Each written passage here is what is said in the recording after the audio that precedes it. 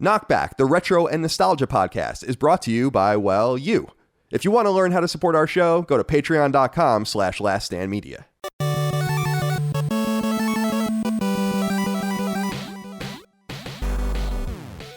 Greetings and salutations. Welcome back to KnockBack. My name is Colin Moriarty. I'm joined as always by my brother, Dagan Mas Ameda Moriarty. Dagan, thank you for joining me today. I had to look up the character's name before I started. This is, of course, the unfortunate looking I don't Which know. one is that? I have my Jedi Council cheat sheet here. Oh, okay. Oh, yeah, he's Dude, not I can't in the remember Jedi any Council. of these guys. I'm gonna put it in the you see the chat here on Zencaster that we have? Yeah. I'm going to send you a link.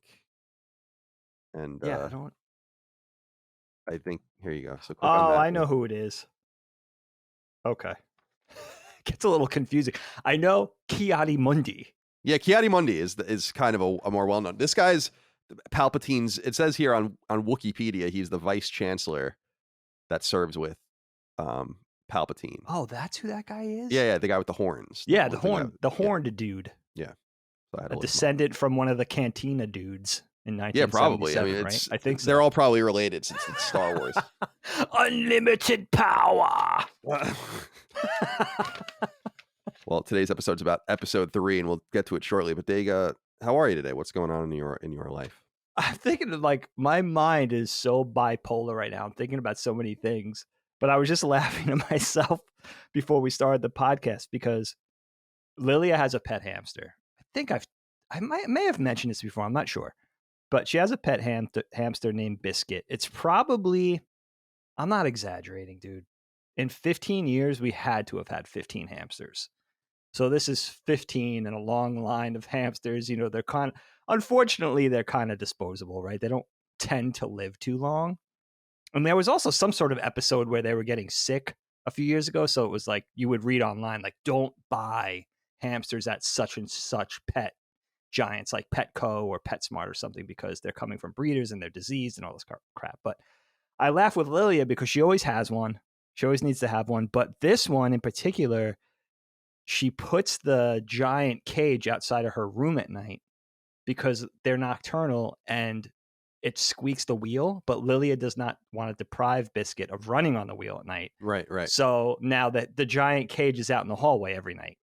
So Biscuit is banished from Lilia's room for like 12 hours a day, basically. And I just saw this and I was laughing on my way in. But it reminded me of an adventure we had just not even a week ago. We went down the shore for the first time in like 2 or 3 months, the Jersey Shore, just for Easter weekend. And we were gone for like a day longer than normal. So an extended weekend. So we had to have someone come in. I think Helene's sister, Chrissy, volunteered just to come in, check on the cat and check on Biscuit. Make sure they had food and water and everything like that. Well, Chrissy comes over and Biscuit's gone. Chewed her way out of the top of the cage. Had never done. I think Biscuit's been with us a while, pretty long in terms of Biscuit of hamster years. So Biscuit's probably been with us for like, say, I don't know, half a year now. Never did this before. Apparently, we left the wheel in there, which was a mistake. Climbed to the top of the wheel. Top of the cage is like a screen sort of fabric. Chewed through that. Escaped. So when Chrissy went to check on Biscuit, Biscuit was gone. Biscuit was running somewhere loose in the house. Somewhere. We don't know. And we didn't want to charge Chrissy with like, oh, find Biscuit and get her back. It could take hours, right? It used to happen a lot. P.S. This used to happen a lot. Helene had a hamster in college named Zoe that was a complete escape artist. No matter what you did, you could put weights on the top of the books. It would find a way out of this cage. So it was always... Zoe lived its life half out of the cage. So it reminded me of that. It lived. So I was coming back the next day. I was coming back a day ahead of the rest of the family to get back to work. And this was the night before. And I said, what are you going to do? I mean, what are we going to do? We can't, unless Biscuit pops up on one of the Zoom cameras, there's only a few of them. We're just not going to know where Biscuit is until I get back. Get back Monday morning. First order of business. Mission. Locate Biscuit, return her to her cage. Had realized in the interim that I didn't check Biscuit's cage before I left, and she had no food or water. So she was basically escaping for her Jesus life. Christ, you guys are trying to kill this. Yeah. Not good. So I realized at a certain point that the responsibility's on me. So now I feel bad. So I get home, Helene calls me. She sees me on the Blink or the Zoom cameras or whatever. She's like, "Oh, I just wanted to say, I see you got home safely and everything." I was like, "I got to go find Biscuit." She's like, "Oh, I forgot. So let me let you go." So I go 15 minutes into the search. I'm looking around, can't find Biscuit, but there's clues. Okay. So I go into the kitchen. I'm hoping Biscuit stayed upstairs. Biscuit did not stay upstairs. Biscuit came down to the kitchen. Now, it's a 3,000 square foot house. Not tremendous, but I mean, a wonderland for a hamster, right? Biscuit went into the breakfast area of the kitchen and got into all the big potted plants on the floor and just dug all the dirt out of them. I don't know what. If she thought she was going to find water in there. Roots or something. Yeah, she wants to. So sad. Yeah, it is. Right? So she's leaving a trail. Also poop in the kitchen. Thank God in the tiled part of the kitchen, not the main part of the kitchen. Go into the old living room, which is now kind of the sunroom, and there's Biscuit just hanging, walking around. As soon as I say to her, "Oh, Biscuit, what's going on?" Scramble. I mean, so fast.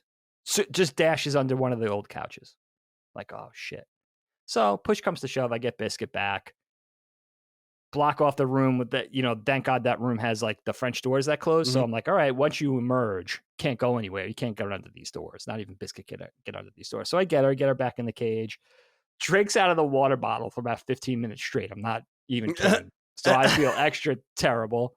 But it got me to thinking, the point of the story, it got me to thinking again. And I hearkened back to a story I know I told on the show at one point where I went through my very brief animal rights stage, and this was in high school, I let our pet rabbit go. I opened the top of the hutch, went to school, Ricochet got out, and then the farm boy next door caught Ricochet with his bare hands, brought the rabbit back.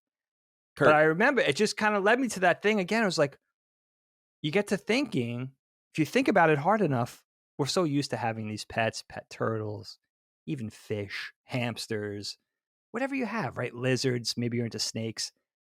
Do these animals want to be in captivity, right? I know, think about a hamster, right? This is a big cage, has all kinds of amenities, the food, the treats, the paper, cedar chips, whatever's in there, the wheel, toys. But for us, it would be like the equivalent of us living in like efficiency apartment. It's not a big space, even for a little thing like that. So it got me to thinking, like, is it cruel? Sort of got those gears turning again. Is it cruel to have these things in captivity, or is that with the hamster, let's just say, right? Simplify the conversation. Is that just their lot in life to live in a cage, sort of provide fleeting entertainment, adorableness, whatever it is that the hamster's, purpose is? It is interesting. Where do you stand on that? It is interesting to think. I think with hamsters specifically, like, is their life, because they would be like in a field somewhere getting, right. They'd be prey. Maybe they'd be somewhere lower on the pyramid. And is that more enjoyable to them than just sitting in a cage and having like a wheel and not in your house, but in most houses, food and water? That's a good point. I was looking up because I was like, really? Do they die that quickly? And they do. I had no idea. Their gestation period is only 22 days. Oh, wow. And they only lived at the most any hamster for 2 to 3 years. Yeah, that's the longest. I had no idea, like, because I knew hamsters. I thought hamsters were bigger when I was younger, but I guess they've always kind of been big. Actually, our niece just got one. Yes, I saw that for Easter, right? Right, and so I always was like, oh yeah, this animal must live 5, 6, 10 years. I don't know. I mean, I don't know why I would think a rodent would live that long necessarily, but sometimes it's days, sometimes it's a year. You take it, you roll the dice. It's very strange, like. I don't know. I don't know what would be better for them. I have a hard time with I think a lot of people do with animal cruelty, but then we also kind of seal off our minds from what is going on at farms around the world and all this, and just don't think about it. Especially with pigs and animals that are considered to be like, pigs are supposed to be smarter than dogs, right? Yeah, for some and out of China, when they had, I'm afraid to even say the word COV word because we keep getting fucking warnings on Spotify. Yes. Actually I flagged them on purpose on the last episode of Sacred Delicious to see if it will work. I just kept saying the word over and over again. Just test it. and it did flag us. But you see these horrifying images out there of them basically exterminating people's animals. When they were locking everyone down, putting dogs and cats like literally in like bags, like dragging Dude, them that's away. And it's like, what is so going on here, man? morbid.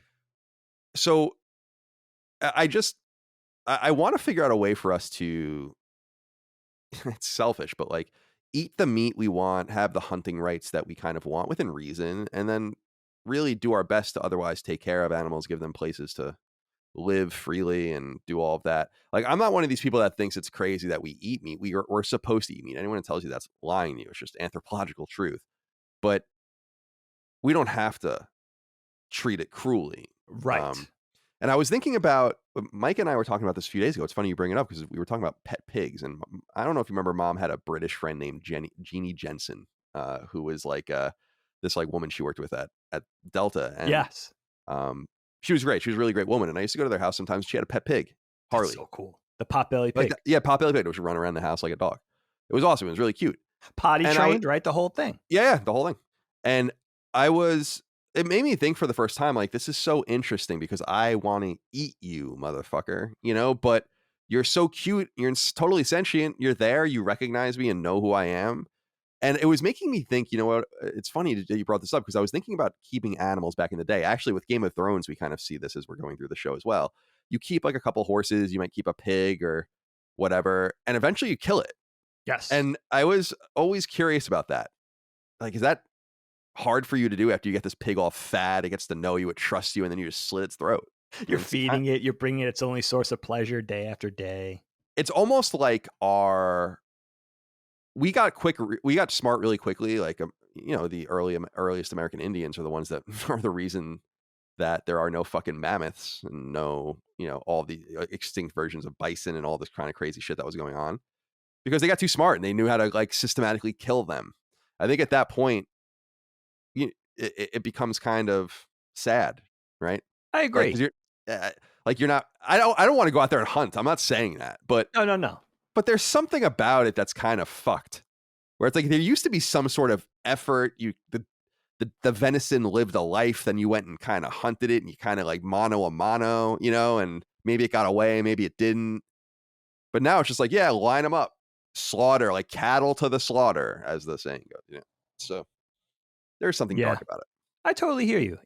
I think we placate ourselves by not thinking about it too much. I mean, I know I could speak for myself. I really admire, for instance, vegetarianism. I always admired it on a principled basis like that, where people just take a stance against that, and I'm not saying that's for everybody, but I have always really admired that philosophy. But I'll tell you, Kyle, you made me feel better because you reminded me that in the wild, everything does and would prey on a hamster. Even things that wouldn't even care to eat a hamster would be like, well, it's there. I'm just going to. That thing would be done. I mean, just grab it.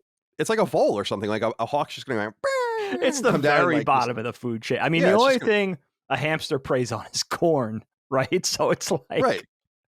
So we are giving it probably a better or a longer, in many instances, a longer life because we're keeping it safe from hawks. Whatever, foxes, cats, stray cats, all sparrows, whatever else. Right. It's the same thing I feel about dogs. Like when people say like these dogs, especially certain breeds, like shouldn't even exist and stuff. And I'm like, okay, fair enough. But like, where are they going to go live in the wild? In New York City? Like, are they going to go live in the wild plains of New Jersey? Like, it's different now. Like we're breeding these things and giving them life. And no one has. American dogs have it better than probably 90% of humans on the planet. That's a great point.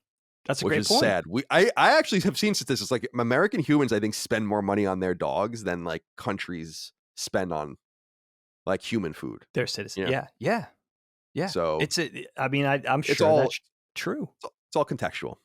Absolutely, my friend. I wanted to just bring this up. I thought it was funny. It's just a brief thing. Pool's kind of wrapping up, so my mind's like wandering to like what else I can just distract myself with for years at a time and projects. And it can't. I've wanted to get solar panels for a while, and I was totally in on it. I actually reached out to a company, and they didn't reach out back to me, which really rubbed me the wrong way. But then I discovered that my vision for solar panels are not accurate. I had this vision that solar panels, when the power went out, it was like, okay, like you're still gonna have power, like as long as the sun's out. Maybe you have a little battery pack that will store some of it. I know batteries are pretty arcane right now. I'm not saying it's going to store a month's worth of Sure. 24,000 kilowatts for my house, whatever the fuck I need to power it. But I'm saying like something for the AC or whatever. So when I discovered that that's not true, which I didn't know, I was like, well, what is the point? And I understand the point, especially in the South, is to mitigate your AC bill, Yeah, right? But get it. Totally. so my mind went on to something else. Then I got a mailer from a company called Generac, and they do natural gas generators. I know Generac. Now I was like, oh, this is very interesting. So yada yada yada. I kind of sat on it for a few months, and then we had a guy over yesterday to show us this thing. He's a very nice guy, very nice Southern man. I love my Southern guys. They're the best.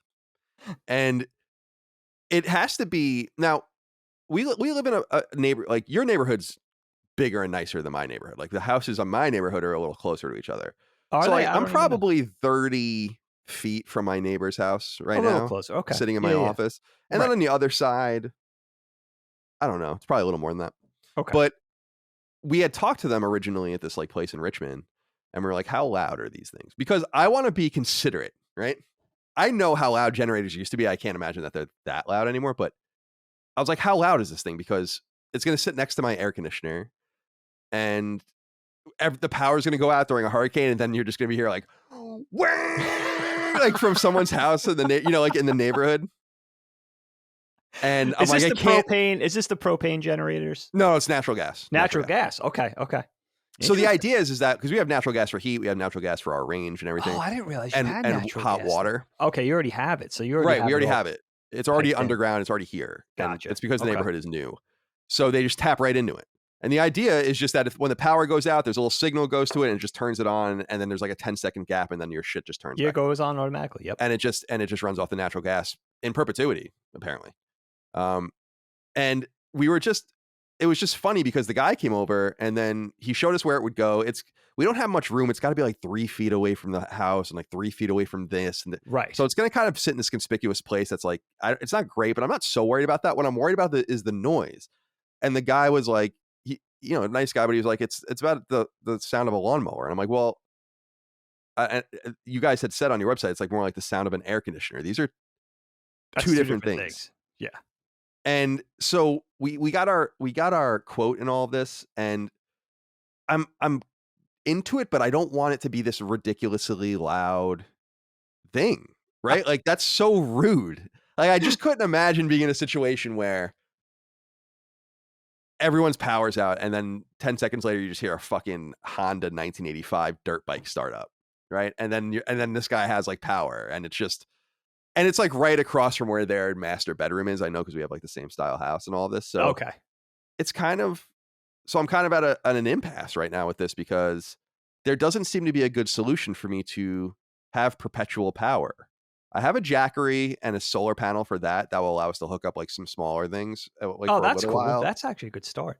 But yeah, I want to solve this problem, and I was surprised. Like battery technology is pretty quaint right now, which is annoying. Solar panels, like I'm like, why can't I use my solar panels to light my house? Like I don't understand why it has to be connected to the same.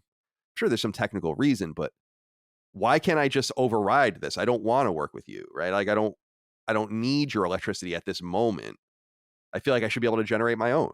Yes. I don't know what to do. So there's just not enough. There's not enough solutions for me right now. That is interesting. This new Very problem. interesting. I could tell you that a couple of my neighbors have whole house generators that, switch. Here, the power is a problem because it's rural, and I believe your power lines are buried underground, right? Yeah, but ours buried. are above ground.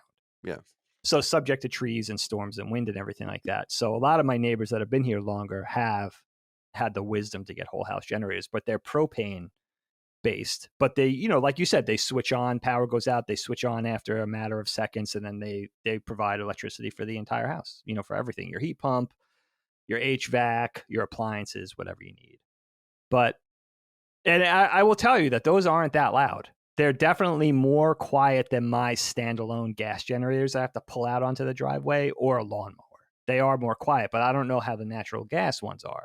But I'll tell you, man, they're worth having just for for storms. We've lost power here for up to a week sometimes. Well, that's what I was thinking.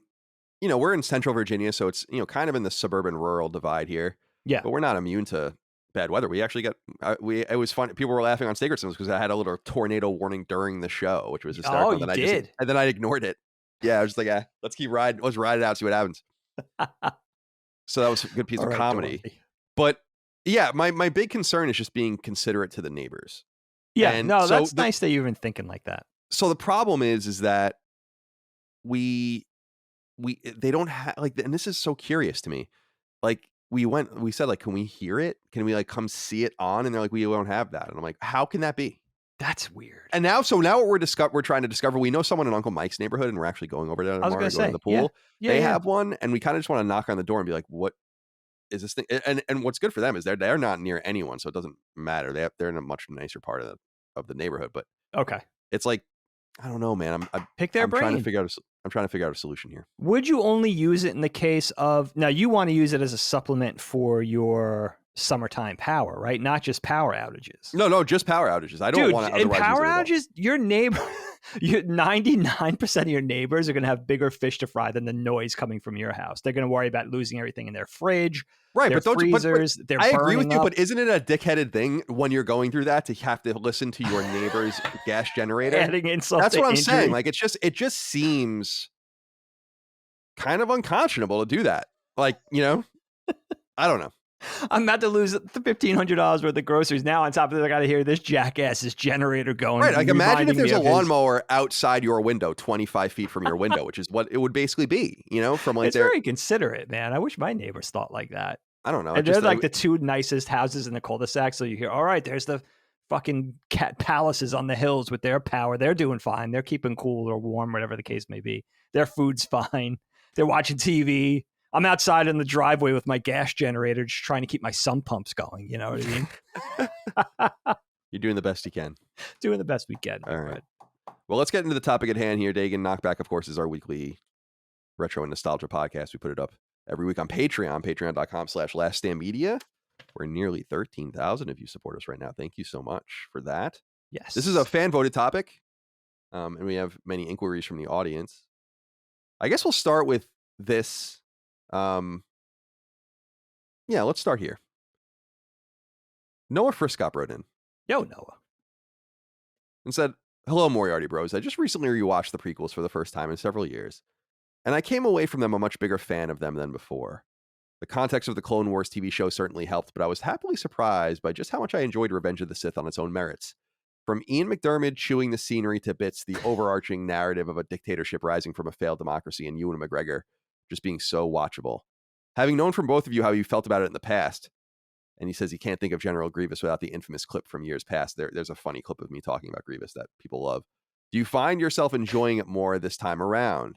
Thanks, Jensen. I can't wait to hear your updated thoughts. So I'm curious, like, we've watched this. I'm curious what your experience is with this film, what you remember about it when it came out back in 2005, and how you feel about it now, because I must say, and I'll let you go first, but I must say, I think this might be the first time I've even watched this movie since it came out. I didn't remember a goddamn thing about this movie. Seriously, other than memes, which we'll talk about later, because there's so many memes. So many memes. That are hysterical from this. And much like when we watched Lord of the Rings for this show, I just kept laughing because I'm like, oh my God, there's so many memes that come out of this. Throw it in the fire! From Lord of the Rings? No. So, Dave, talk to me about episode 3. Your memories going all the way to today. I'm curious how many times you've seen it too, and what your original memories of it are, and how they contrast with how you felt about it watching it again. Yeah, this is a great way to kick it off. And, Noah, I appreciate your positivity. I had a slightly, if not more than slightly, disagreement with you here. Yeah. But I think, Colin, starting this, I think, like you, I had only seen both Attack of the Clones and Revenge of the Sith once a piece in the theater. Now, I revisited Attack of the Clones for that conversation that we had. And I think this might be the first time I saw Revenge of the Sith since I saw it cinematically. Maybe I saw it one time in between, but I don't own it on DVD like Phantom Menace or anything like that. There was no occasion to watch it until now. Of course, I also have to say, I was conflating or mixing up memories between Attack of the Clones and Revenge of the Sith too. So I know that's kind of proof positive for me, having seen it very few times. And one thing that I wanted to say at the tip of this is at the end of this conversation, we'll only have one of the mainline Star Wars feature films to talk about of the total 9. So we'll only have Star Wars: A New Hope after this.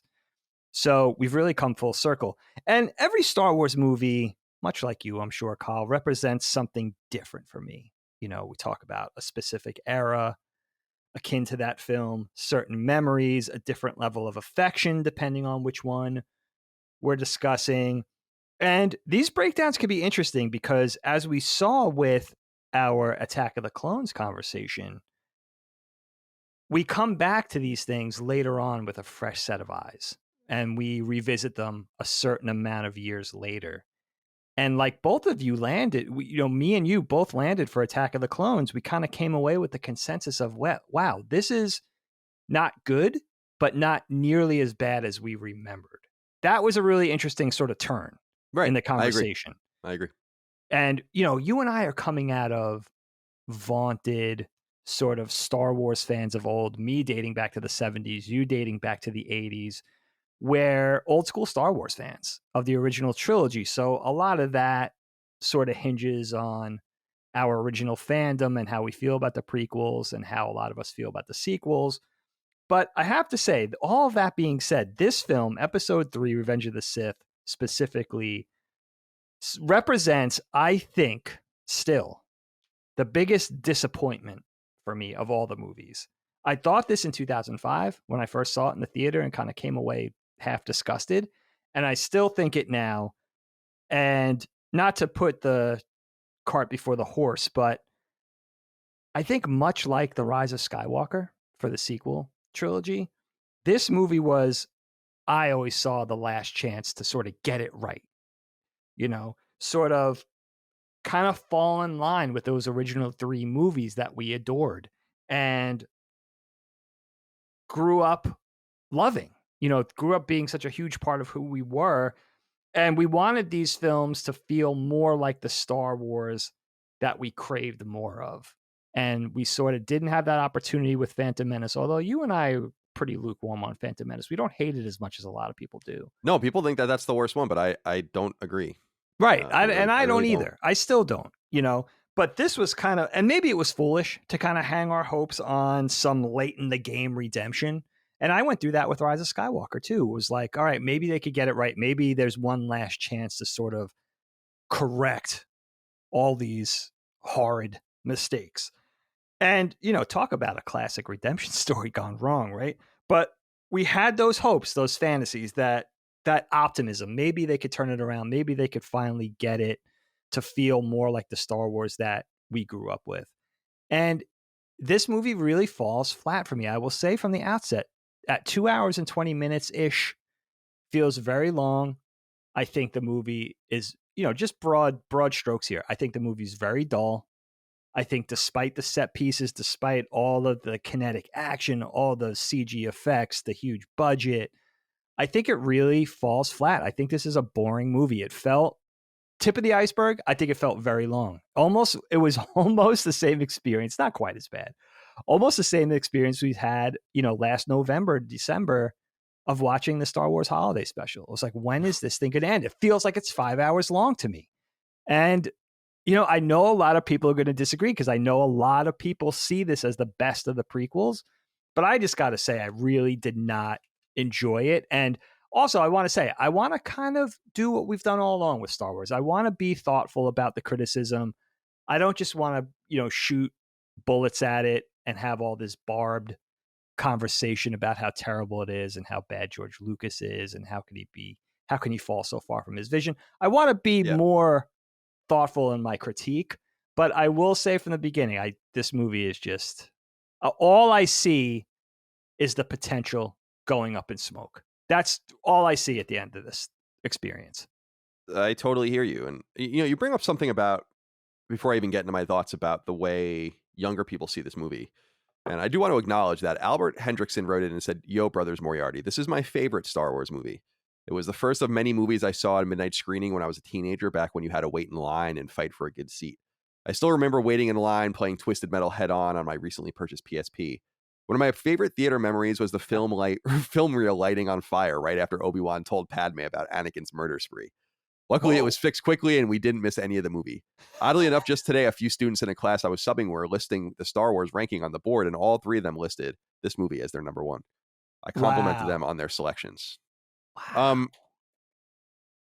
This movie to me, and I think the generational divide, having gone back and watched it again, is I think the inflection point of Star Wars fandom, where there is a massive divide between, let's say, the Plinkett division, since we're watching Red Letter Media, and then this new, like, kind of millennial. I'm a millennial, but I'm an older millennial. Kind of a Yes. millennial, post-millennial look at this film, because I was in college when this movie came out. Dagan was a working adult when this movie came out. Yeah, Yeah. some of you were 12, right? Some of you were 5. When I first saw The Empire Strikes Back and Return of the Jedi and all that, I was like 3, 4.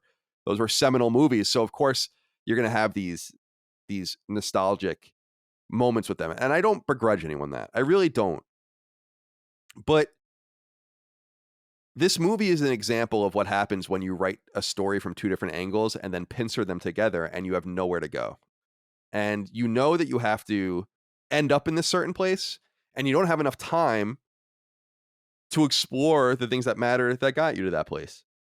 The fall of Anakin Skywalker should have never been shown.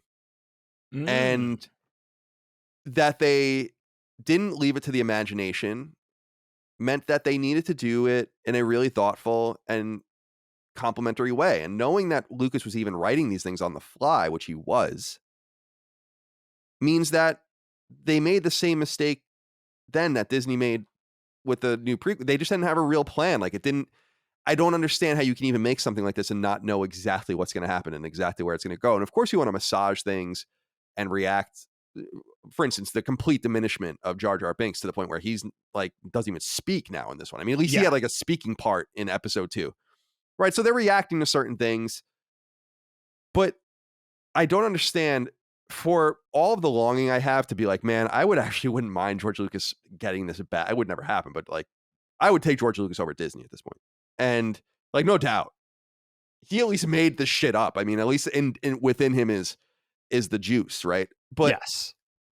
Well said. and so it softens me a little bit, but watching it again makes me remember why I hated it so much. And I think I've talked about it in the past, and I can't really remember it too well, knowing if I actually walked out or just like basically just tuned out and started kind of just like dicking around, being, with my friends or whatever, or just, talking or whatever it was, not being rude. I don't like being rude movies, but it brought back those memories where I'm like, I'm not even entirely sure I remember seeing all of this. I certainly don't remember any of it. And it was kind of exciting in some way because, unlike, say, Empire or Rogue One, movies that I've seen many times now, where it's like, I don't actually know what the hell even happens. I don't know. I don't even remember how you get from point A to point B in this movie. So there was something exciting about that. But you know what really annoyed me about it, and we can start going into the details here, is the opening one shot, which I know a lot of people really like. It's a fucking toy commercial, man. None of it makes any sense immediately. And we said this from going from episode 1. It does not make sense how you have this vibrant ecosystem of starships and fighter pilots and all of these things, and then 20 years later, there are X-Wings, Y-Wings, TIE fighters, and Darth Vader's TIE fighter. This That's is all 20 you years. fucking see. Right? Yes. And I think that this is something I think Battlestar Galactica did exceedingly well when we did our conversation about Battlestar Galactica, is they could have made 7 million different Cylon Centaurians, and there could have been a bajillion different Cylon Raiders. But no, there was a Centaurian model, there was a Raider model, and a Heavy Raider model. That was it. Right. That was it. There were conceivably millions of them, but it made it interesting, very much like the Stormtroopers were interesting, and why it was interesting. Like in A New Hope, you look and you say, like, oh, well, there's a little touch here. That Stormtrooper, that Sandtrooper has like an orange shoulder plate. Does that mean he's an officer? Or when we start The Empire Strikes Back and there's snowtroopers and there are AT-ATs, but there's just one type of AT-AT, right? And then in Return of the Jedi, they're like, oh, there are walkers, chicken walkers, ATSTs, and biker scouts. Yeah. And the rebel soldiers have their camo on and their winter camo on in Empire. And the Death Star, or the Death Star gunners all looked the same, and the TIE fighter pilots all looked the same. You know what I'm saying? Like, it focused in on imagery that made each piece pop. And in that first 3 minutes, there's so much nonsense going on, right on down, and I wrote it down because I could not help but laugh at it, right on down to the fucking fire ship that puts the fire on the ship out, where I'm like, oh, Hasbro toy. Oh, let's show the pilot, Hasbro toy. And it It's just, busy. that's the cadence the movie has to me the entire time, where I'm like, this is just nonsense. And it's not that it's necessarily bad in and of itself. It's not that some of the characters aren't good, because I think actually there's quite a few good characters in this, including Jimmy Smits, who I had not really even considered. I totally forgot that he became like a real character in this movie, like Organa or whatever. So that was cool. And even Grievous, who I always have made fun of, the ultimate toy, right? There's even an interesting nugget there. Oh, absolutely. But it's just fucking nonsense. And I know that people say it's Star Wars, it's a movie for kids. Okay, that's fine. But analyzing, first of all, there are many movies for kids that are incredible and thoughtful, right? So just something being for kids is irrelevant. We just talked about Toy Story and how deep that movie is, right? And it's made for kids, conceivably the same audience. I just am so jaded. I remember being so jaded by this movie then, and it kind of reminded me exactly why. I think it gets better, the movie, the longer it goes on, which is interesting. I do think the movie, the beginning of the movie, I'm like, what is going on here? I also think the movie just, and we'll talk about this a little bit, I think it just kind of truncates things and makes a lot of assumptions, and it just reinforces what I think you and I both agree about, which is that episode 1 really should have never focused on young Anakin at all. Anakin should have been found as a teenager, and it should have been the same character, right? I could see that way you could have at least gotten more time with Anakin falling in love with Padme. He gets her pregnant. They are having a relationship in secret. There's all this shit, and it's like, when did this, like, we know as Star Wars fans that this ultimately happens, but now you're just making assumptions, almost taking advantage of our preconceptions to fill in holes where you really should have done the hard work. So I think that there are just myriad problems. I am curious, though, to start with you about, what do you think about that opening shot and just the toy commercial-esque nonsense that I feel like it just really frustrated me when I saw it, because when you think about the wonderful battles in Star Wars, it's about the simplicity. When it all opens up in Return of the Jedi and the B-Wings and the A-Wings and the TIE Interceptors are introduced, or in Empire with the TIE Bombers, it's like that's a full roster of ships. Yes. That's a full roster of ideas. We don't need more. Anyway, I'm rambling. What do you make of any of that? You're making so many good points. I mean, the opening, the one redeeming quality I think the opening segment of the film has is that it's probably the only scene in the entire thing that's actually fun.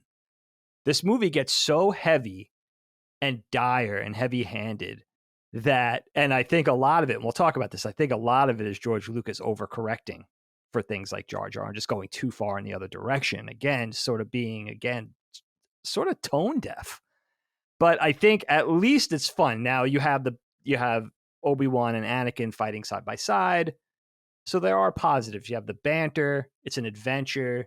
Feels a little bit in that regard like old Star Wars. But what you have also at the same time, it's very symptomatic, and it tips you off early on about how this movie's going to be.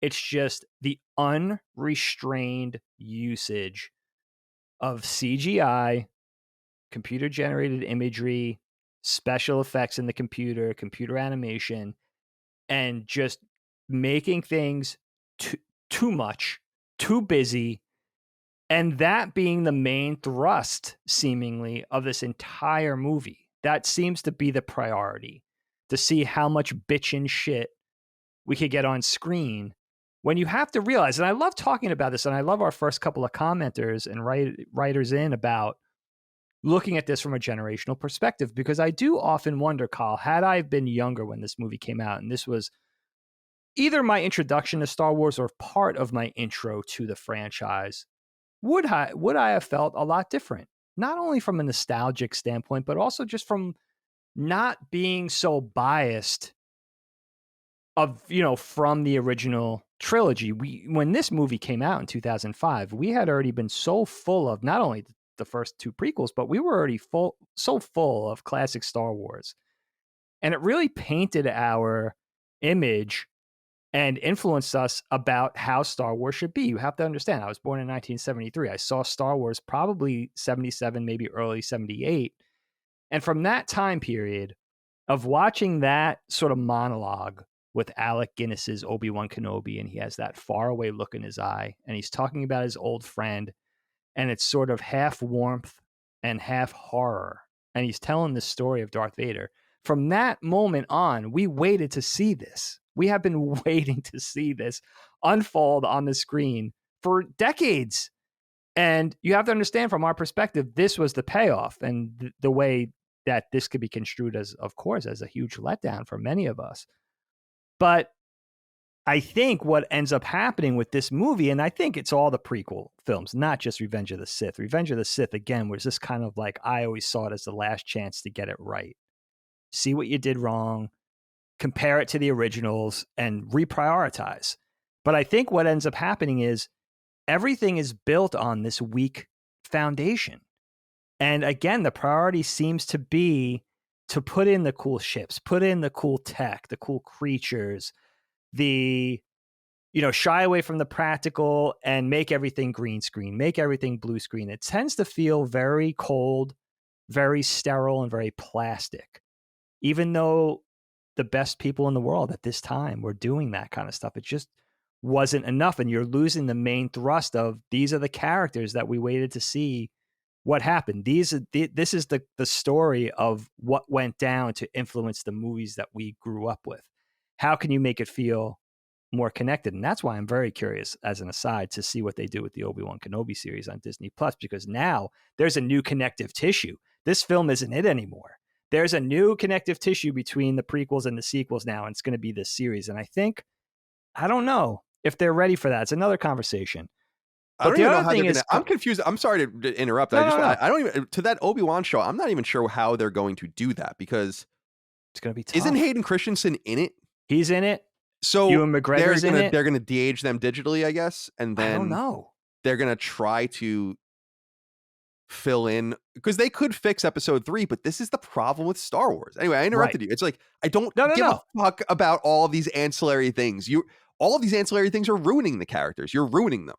And it becomes this quest to finally get it right. And I think it's not only a flop sweat thing. It's just like trying to perform under this pressure of like, no, this time we're going to get it right. Now we're going to show 10-year-old Luke, Obi-Wan watching him from afar. We have Owen and Beru, and Joel Edgerton's coming back. I couldn't be more excited about Joel Edgerton playing Owen, and all of the things. Like, it's going to have all of the things. It's going to call in the prequels. It's going to hopefully appeal to the OG Star Wars fans like us of the 70s and 80s. But the other thing is, and I think another big problem, and we've talked about this with the prequel series and sort of George Lucas's philosophy, is that that's the thing. Like, all right, let me put it to you this way. Please. And not to get off on a huge tangent. No, please. We're in 2022. Okay. Think back 20 years ago to 2002. Okay. And what our sort of highway infrastructure, cars, buses, planes, trains, whatever, right? Yes. Things have evolved over the last 2 decades. But if you look back at a 2020, you look back at a 2002 model of a car, let's say a BMW, it doesn't look like, oh, wow, this is like some Arthur Clarke science fiction, Isaac Asimov science fiction story. Look how far we've come.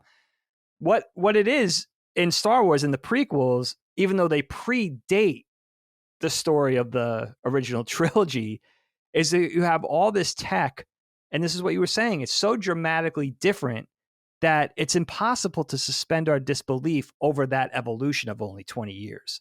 It's like, no, this stuff looks too different. Echo something, make a nod, make show that evolution in more restrained, subtle, nuanced ways. But when everything is chrome and everything is slick, and there are cool things like, okay, I understand light speed. Starfighters didn't have light speed capabilities yet, so they have to use that separate infrastructure for the light speed. Maybe that's even a bridge too far. But even like little things like that are cool. So it's not all wrong. But just to make it look more futuristic in the past is wrongheaded. And that really is George Lucas not being able to resist the temptation of using the computer technology.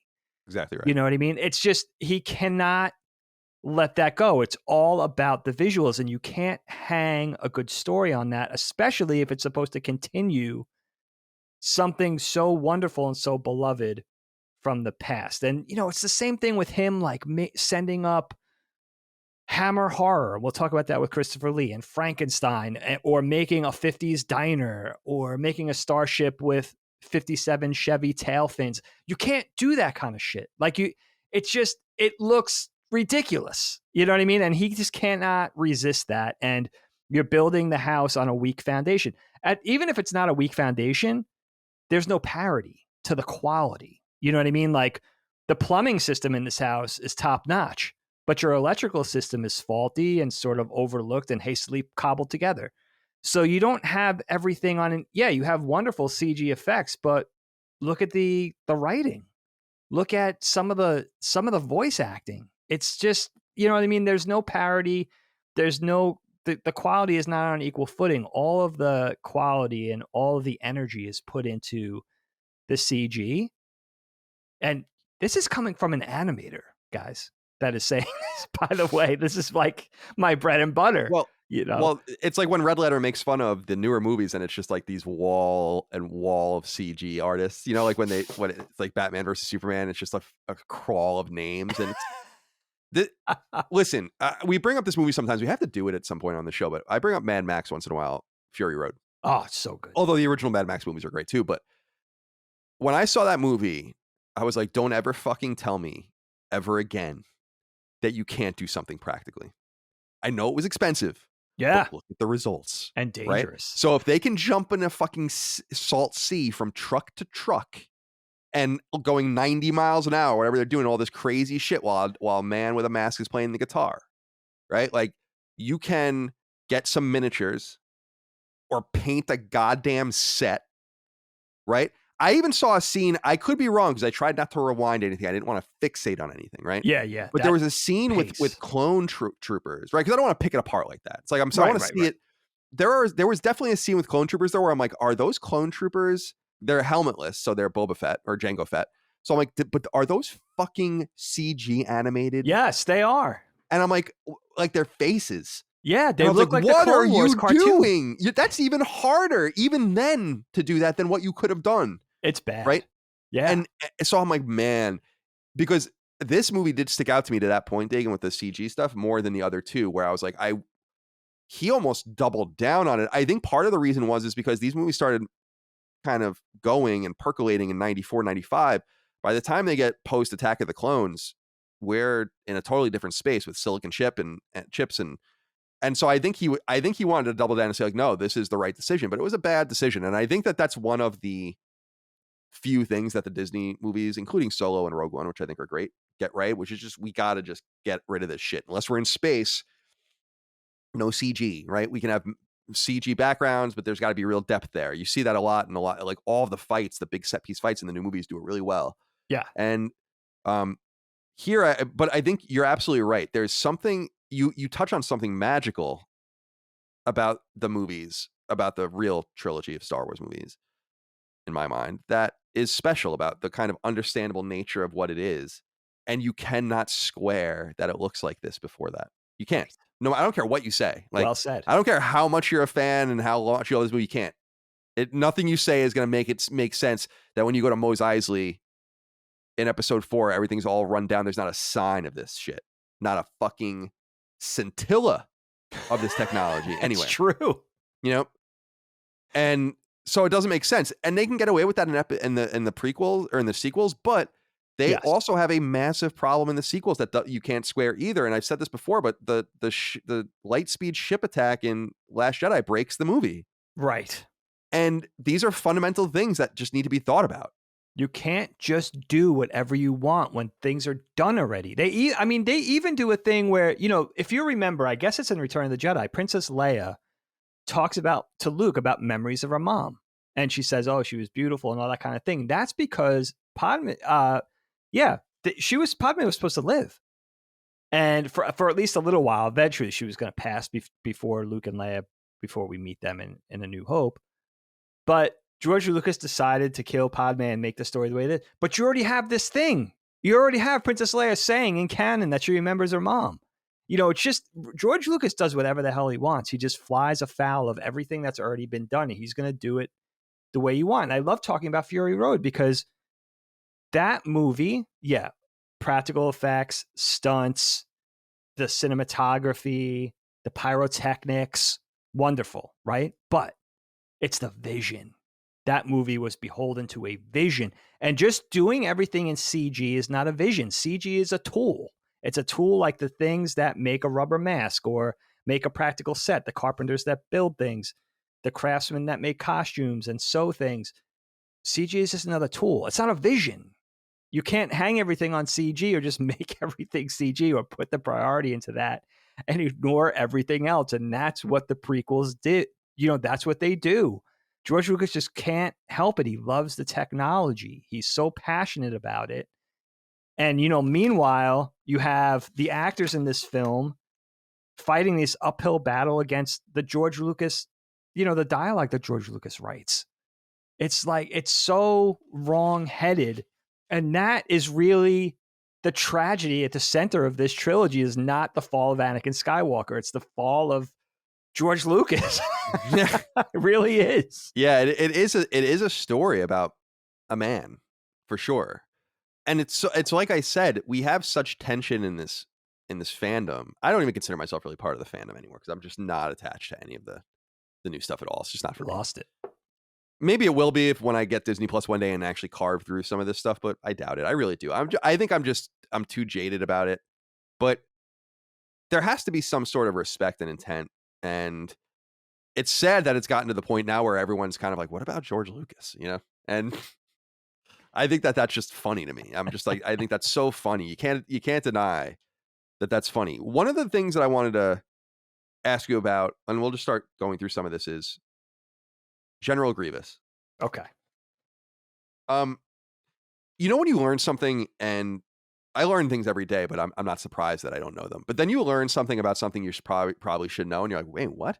And you have to go look it up. And this was one of those things where we were getting some inquiries, and people were like, General Grievous was introduced before episode 3. And I was like, wait, what are you talking about? And I didn't know. I didn't know he was in the Clone Wars cartoon or whatever. Tartakovsky, yeah. So he's a Boba Fett type character in this regard, which I didn't really pick up on, right? Boba Fett's obviously introduced in the holiday special before Empire, and we return to Kashyyyk in this movie, just like we do there's another connection to the holiday special. It gets worse. But this character is obnoxious. And even though there are a couple of really awesome ideas underneath the fabric of Grievous, right? Maybe even 3. The idea, first of all, like, it's cool that there's like a separatist contingent, right? Yes. And they could have done something really neat with it, like maybe a rogue. We don't learn anything about him in the movie, so I have no idea who he is, but maybe they get into this and other stuff, but could be like some sort of rogue general that takes a bunch of soldiers with him. And it's pretty cool. And there's 2 other things that I think are fundamentally awesome. That he collects lightsabers. I think that's cool. It's cool as shit. Right? I think that's a really dark thing, that he like goes and kills Jedi and takes their lightsabers. Trophy. Fine. Love it. And even this whole thing, which they don't really explain, about how he's like sick, like he's actually organic. They don't really get into that. They kind of imply it later on, and they imply it, of course, with the coughing. That's cool. But it goes into what you're saying about George Lucas and why I just hate this fucking character, is because they fight, there's this thing, and it's like, oh, he uses 4 lightsabers. They skipped the entire 2 lightsaber thing, right? We get Darth Maul with the staff lightsaber. Dooku's got the weird like hilt with his lightsaber. They just go right to 4 lightsabers, and they're twirling and twisting. It's like a video game character, like a video game boss. And I'm like, this sucks. You don't even understand George Lucas and his people. You don't even understand that you actually, again, have a good character, a good idea, and you just fucking ruin it. And I'll just reiterate that Darth Maul should have just been Dooku and this character. Because again, simplicity is everything. It should have been about the tension between Maul and Anakin. That's what the movie should have been about. And about how the Emperor is abusing them both and manipulating them both to take advantage of that and just try to make the most powerful acolyte he can, no matter who wins. Right. I mean, it's all there. But I think Grievous is a grievous example of exactly what's wrong with Star Wars, especially in that era. It's just a toy. And anything cool about the character, they just go overboard. He doesn't have a few lightsabers. He has a whole pocket full of them. He doesn't use one lightsaber, have one lightsaber he likes to use, or maybe he built his own, or he has one that he stole that's really special to him. He has 4 of them, right? And he just wields them and somehow just gets taken to task. I just feel like this character was so emblematic of why Star Wars is so bad in this era, and why it's so unimaginable to me that anyone can look at this and be like, yeah, this is Star Wars. This is my shit. You know, that's impossible for me to imagine as a Star Wars fan. So that's just my take. What do you think about Grievous? Yeah, I mean, ultimately, I see Grievous as a missed opportunity. I do want you to do me one favor, Kyle, because you're never going to go back and watch these older series, but just go on YouTube and look at the original pre-Disney takeover Genndy Tartakovsky Clone Wars series. That's the 2D animated, traditionally animated series from the guy of Dexter's Lab fame who did that series. And I don't remember if it's the intro to Grievous or it's just a scene with Grievous, but there's a really wonderfully done whole segment of him basically just taking out a bunch of Jedi. And I think it's younger Jedi. I think it's trainees. And I guess he's already some sort of legend, mythical type character that when he shows up, they're fucking horrified. Like there's like 20 of them and they know they're done. And it feels like an earlier version of the awesome Vader sequence at the end of Rogue One. It feels just like that. It's like this guy comes, they know they're finished. They try to put up a fight. He just slays them one by one. And it's an awesome, I think there's very little, if no dialogue, a very wonderfully realized scene and almost crossing Star Wars again, like that Rogue One scene with something like a horror, like a Jason Voorhees type thing, where it's like, this dude shows up with the chainsaw, you're finished type of thing. I like the idea of a cybernetic character, especially one that's mostly robotic. It looks like he still has his original reptilian eyes and maybe some internal organs. And I love the way he looks and I like the way he moves. He has that raptor-like sort of stride, that movement, very menacing. And like you said, that cool sort of touch of this hatred for the Jedi, which I think is somehow tied into canon, into his backstory. Like he has a real hatred for the Jedi. He has a bone to pick. And I like the fact of someone who could stand toe to toe with a Jedi who isn't a Jedi Knight or a Sith Lord. Somebody who still has we see that now with the later Disney Plus episodic iterations of Star Wars, but we didn't really see that a lot back then. So it made him interesting. And the voice and the movement and sort of just that sort of unstoppable cadence of like, all right, this guy's coming for you. And the fact that he collects the trophies and all that, kind of neat. But again, just kind of falls flat. I like the one thing I do like, I like playing up Obi-Wan as a swordsman. And I like the fact that Obi-Wan's not cowed by this creature. And then if you're paying attention to the other things like the Genndy series, the Clone Wars series, that this guy's a force to be reckoned with. And yet Obi-Wan is going to stand toe to toe with him with some confidence. That's kind of neat. But yeah, I will say this, Grievous is the least of my bones to pick in this film because he really doesn't get in the way. At least he's visually interesting. And he works in that regard. So, but there's a lot of other, there's so much, by the time we even meet Grievous in this film, it's like, there's so many other things that I'm concerned with in this film. And, when I remember going to see it, do you remember me telling you this story? I was just talking to Helene before it started, she's like, what are you guys doing today? I said, Revenge of the Sith. Do you remember seeing it with me in the theater? We saw it out here in Pennsylvania. And I remember telling you this story. There was a teenage girl, there may be 3 or 4 teenage girls sitting next to us in the back row or row in front. I don't recall exactly, but she would, every time Anakin showed up on the screen throughout the film, she would act horrified and she would start screaming and be like, oh my God. Oh yeah, I remember you telling me that. Right. Yeah. I didn't know, after a while, I didn't know if she was drunk, if she was acting silly on purpose, or if there was something like emotionally wrong with her. And I think it kind of fell to the decision that there was unfortunately something the matter with this girl. But that was just, I remember being already so aggravated by what was going on the screen and being like, all right, you're not going to get your redemption. This is going to suck. And then the insult to injury of having this aggravating person next to us making all these noises every time Anakin showed up. It was the most bizarre situation. So, but I remember by the time that happened, by the time Grievous comes on, it's like I don't even know if I saw the Clone Wars at that point, by the way. I think this Grievous might have come first for me. And later on, I saw the animated Grievous. But I was just like, like this, there's so many, we have bigger fish to fry here. And I like the fact that Anakin's meeting him for the first time too.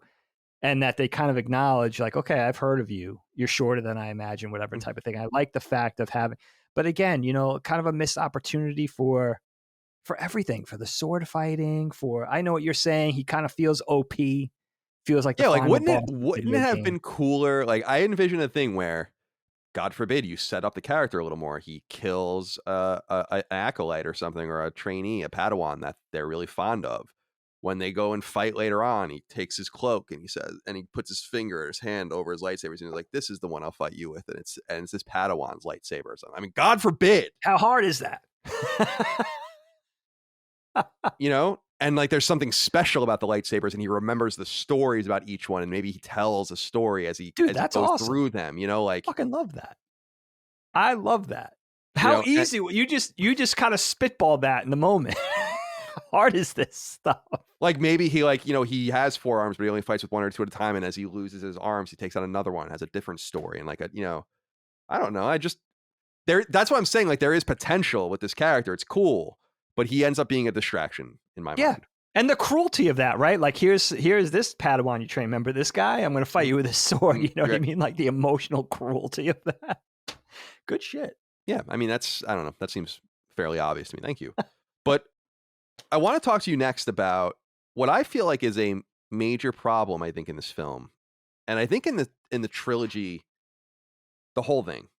And by the way, I should note, because we wanted to talk about being fair and being thorough to this film, I have more notes for this than I do for any of the seasons of Game of Thrones that we've done. Wow. So I think I wrote 5 pages or something for this as I was watching them. What is that something being bad as opposed to something being very good? I think it's just having something to say. I think you get lost in Game of Thrones so much that you're like, oh yeah. And then you just kind of like write down a little note. It's so rich. This movie doesn't capture you like that.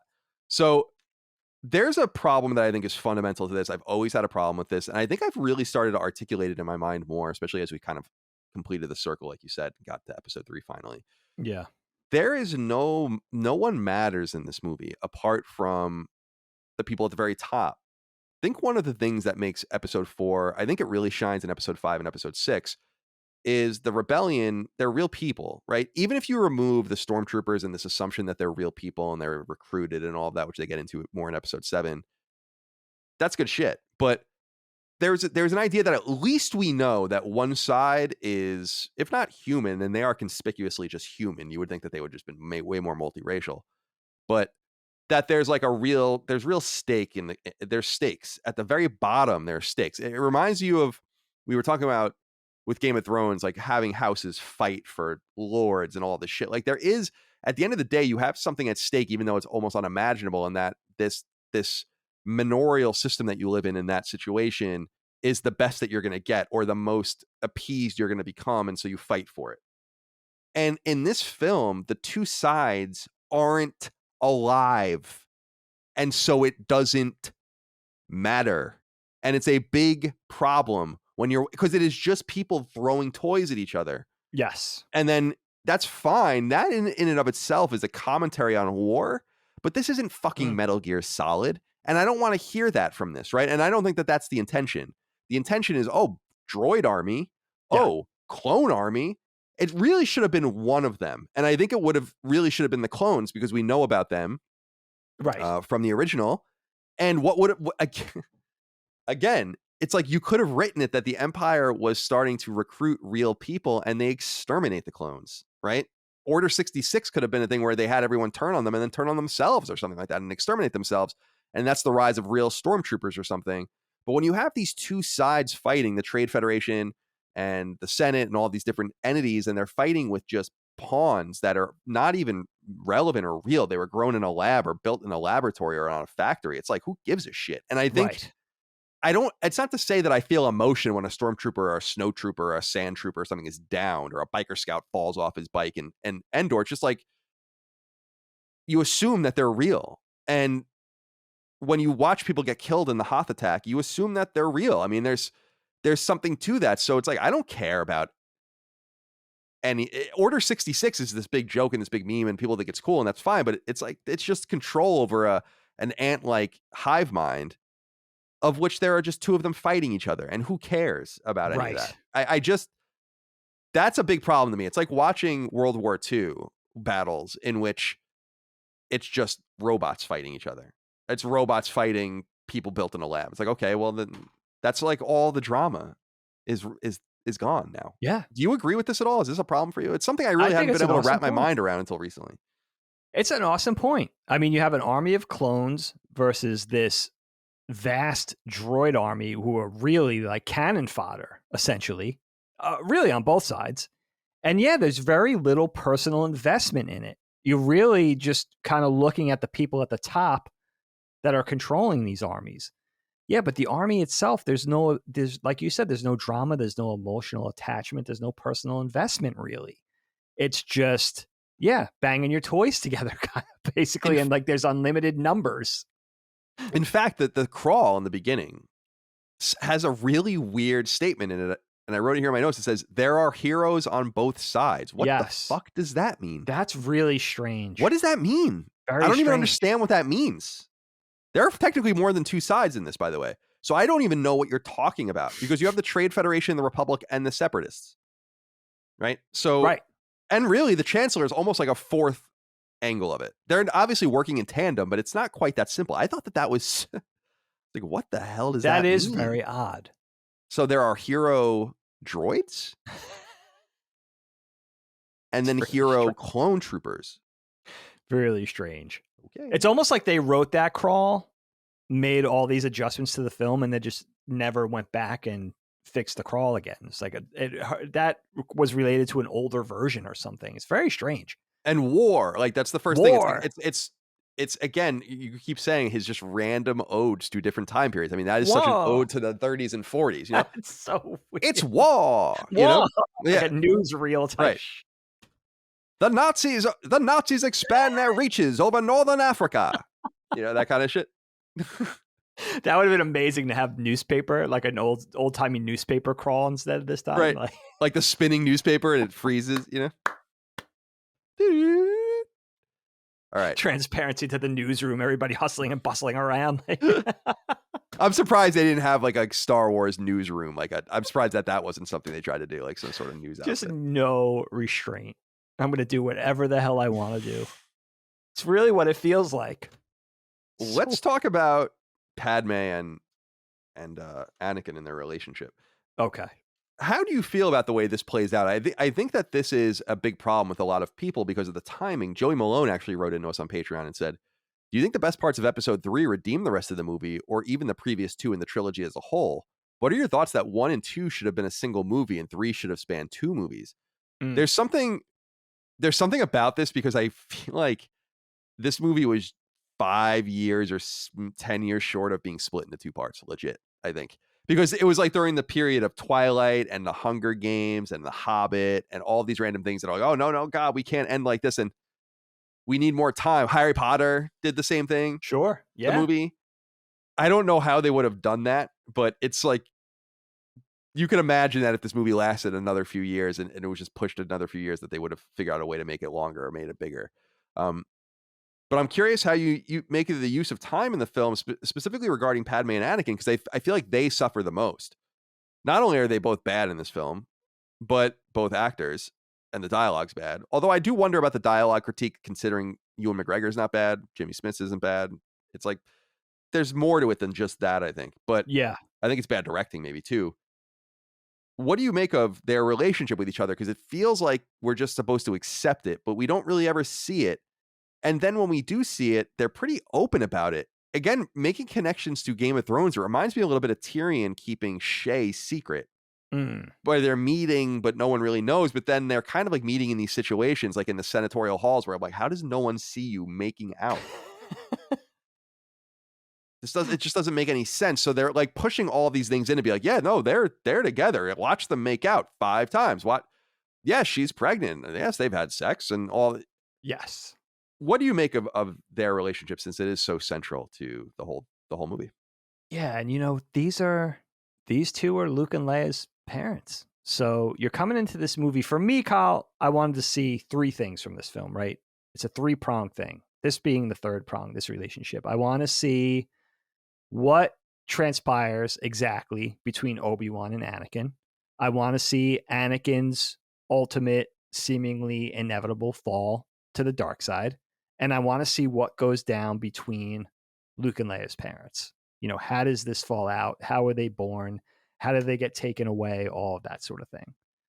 So this being the third most important thing of 3 very important aspects of a old school Star Wars fan, what they're looking for going into this film, and seeing how it's going to connect to the film that kicked off my Star Wars fandom.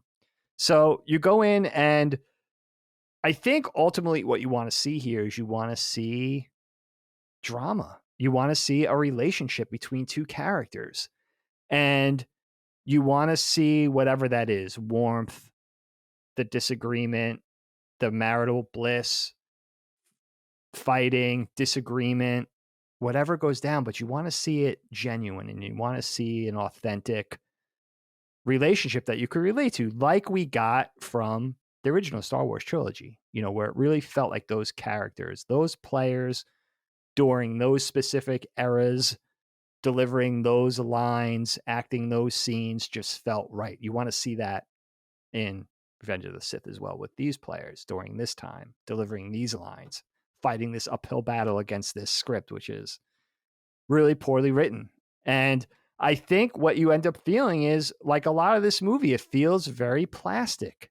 It just doesn't feel like, and I think Natalie Portman's okay in this film. I don't think her performance is bad. I think she's doing the best that she can with it. And again, we see characters like Obi-Wan, we see Ewan McGregor sort of channel that Alec Guinness charm, the charisma, the inner confidence, that unflappable nature. He's really, Ewan McGregor really does feel like a younger Alec Guinness. So I think that's really holding up and buoying his performance from a large part.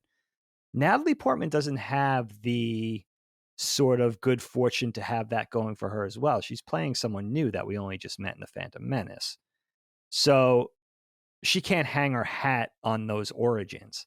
So I think she kind of does the best she can. I think really what ends up happening is you don't really care that much about the relationship, because everything that they're saying, every exchange that they have seems so contrived. You're beautiful. Oh, well, I'm just blinded by your beauty. Like, it's just horrible. It's horribly written shit. Even the ultimate scene, that pivotal scene between Padme and Anakin, where Padme is sort of already tipped off by Obi-Wan that, all right, like your husband's bad guy. Like, your husband fell to the dark side. And she goes to have that conversation with him in order to see if that's true or not. And she actually says out loud, "You're breaking my heart."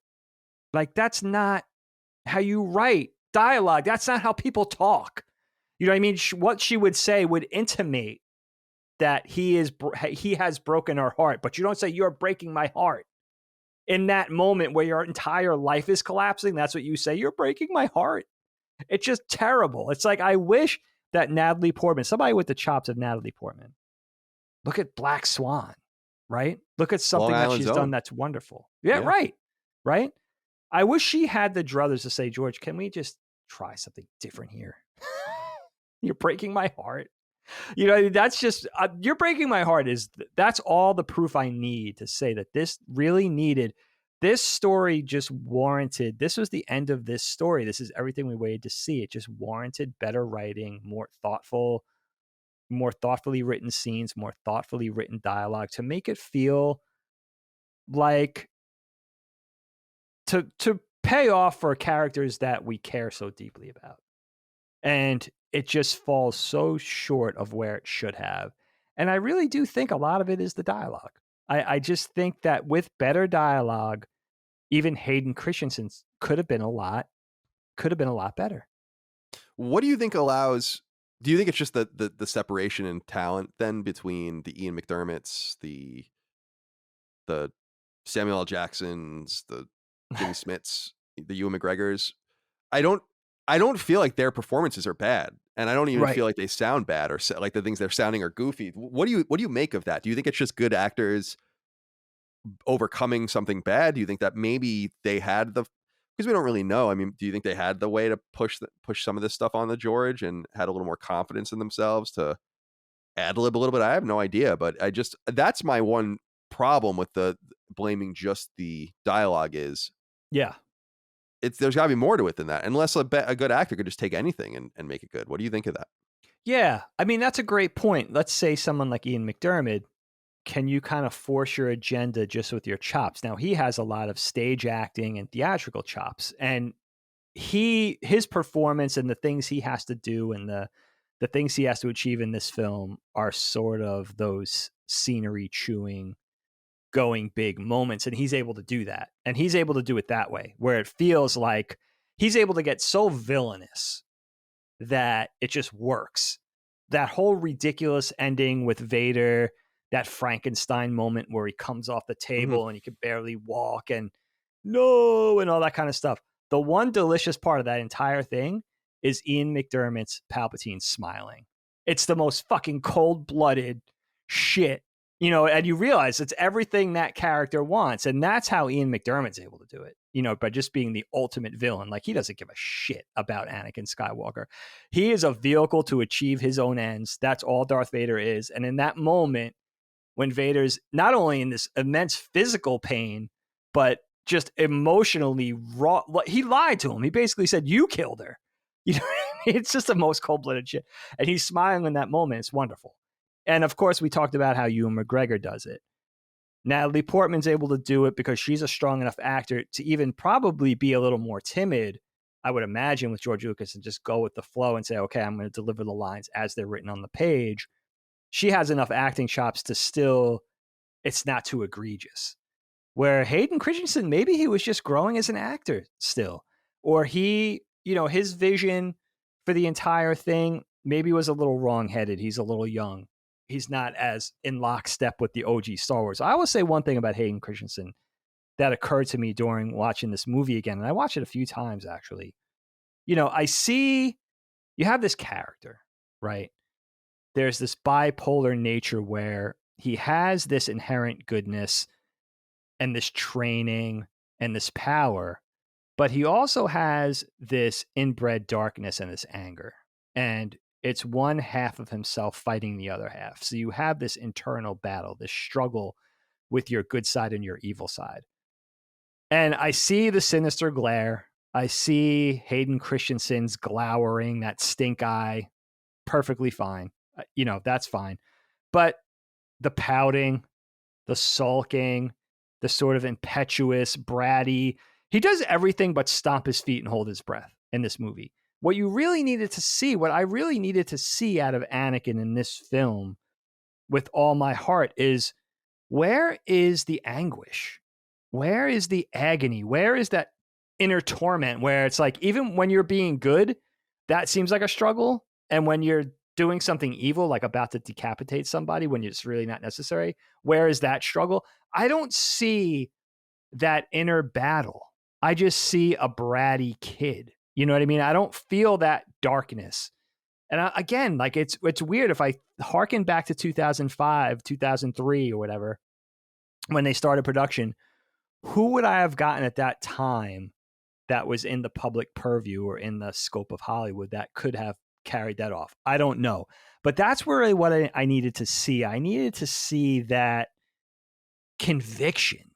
You know what I mean? Where it's like, I don't know who I am. When I'm being bad, I feel like that's a struggle. And when I'm being good, I feel like that's a struggle. And I don't know where this is going to land. And also make the audience wrestle with it as well. Like, oh my God, even though we know where it's going to land because we've seen the original trilogy, make us second guess it. Make us hope for you. Make us say, all right, maybe this will work out. Maybe he can hold on to whatever bit of goodness is remaining or whatever. And I just don't get that from Hayden Christensen's Anakin. And I think that was really, if Hayden Christensen was good, I think that really could have saved this movie. And I don't want to put it all on one person. And of course, it's not just him. He's beholden to a script and he's being told what to do and the fight choreography and all of that kind of thing. But I really just needed to see, this is what the whole story was about. It's about the fall of Anakin Skywalker. And I just didn't buy it. You just don't buy it from Hayden Christensen. And it's unfortunate. It's sad. I'm glad he's getting a second shot. Me too, in some way. I really am. Yeah. I think he deserves that. And I think he's probably, I would warrant he's matured as an actor, at least a little bit. So, yeah, and I think he also probably seems like a very likable guy, Hayden Christensen. Yeah. Very affable guy. So I think, who knows, maybe this new connective tissue will be something much more successful in this Obi. We only have a month to wait. So this is a timely conversation. I also feel like, and I just wrote verbatim, it's eerie and weird how often he tells Padme she's going to die. I feel like this is a really weird part of the movie too, in their relationship. Why is the assumption made that he is for sure right? And he just tells her over and over again. At some point, you'd be like, I'm not going to, dude, I'm pregnant. Like, why are you telling me this? This is fucked. So, like, first of all, who says that? It's just weird. Like, he's socially weird. And yes. So I found that whole thing weird too. There is a couple of visual touches I did like, though. I did like Padme invoking Leia with her hair. You can imagine that maybe the Organas knew that was a way she liked wearing her hair, and maybe they did that for Leia when they were taking care of her, and that's why she had hair like that and stuff. So it was a nice little touch there. Much like many things, there's something to be gleaned positive from it, but it's just not well executed. Their relationship's not well executed. Bad casting, I think, from the very beginning for maybe both of them, but definitely for Anakin. Yeah. I don't know what I wanted to see, but something different. Yeah, something not that. I mean, it's almost not your job it's not your job ultimately to know. It's someone that has the chops to create something like this. It's up to them to tell you and show you what it is and for it to be good, right? But one thing I wanted to touch on here, and I know you and I have a big problem with the way that they deal with the Force in the prequels, but they keep bringing up the prophecy. Now, this goes all the way back to Episode 1 and other legends, canon, and all this, but what is the I don't even understand what this means. It's almost like they want to have it both ways, and I think that's frustrating. And on one hand, it's this mystical thing, the Force, which is this religion almost, and then on the other side, it's this thing that's in your blood, and it's midichlorians, and it's taking advantage of that. In fact, they double down on that in this film, disappointingly, because the Emperor brings up, or Senator Palpatine at that time brings up the midichlorian thing, and I think during the Darth Plagueis story. What do you think about the way they've kind of treated the Force here? I think that they've kind of in these films, they treat it such that I often wonder, like, what are the rules, right? Like, what are the rules? How does Obi-Wan not know what Anakin's thinking? But then Anakin kind of knows that Obi-Wan was in their apartment, for instance.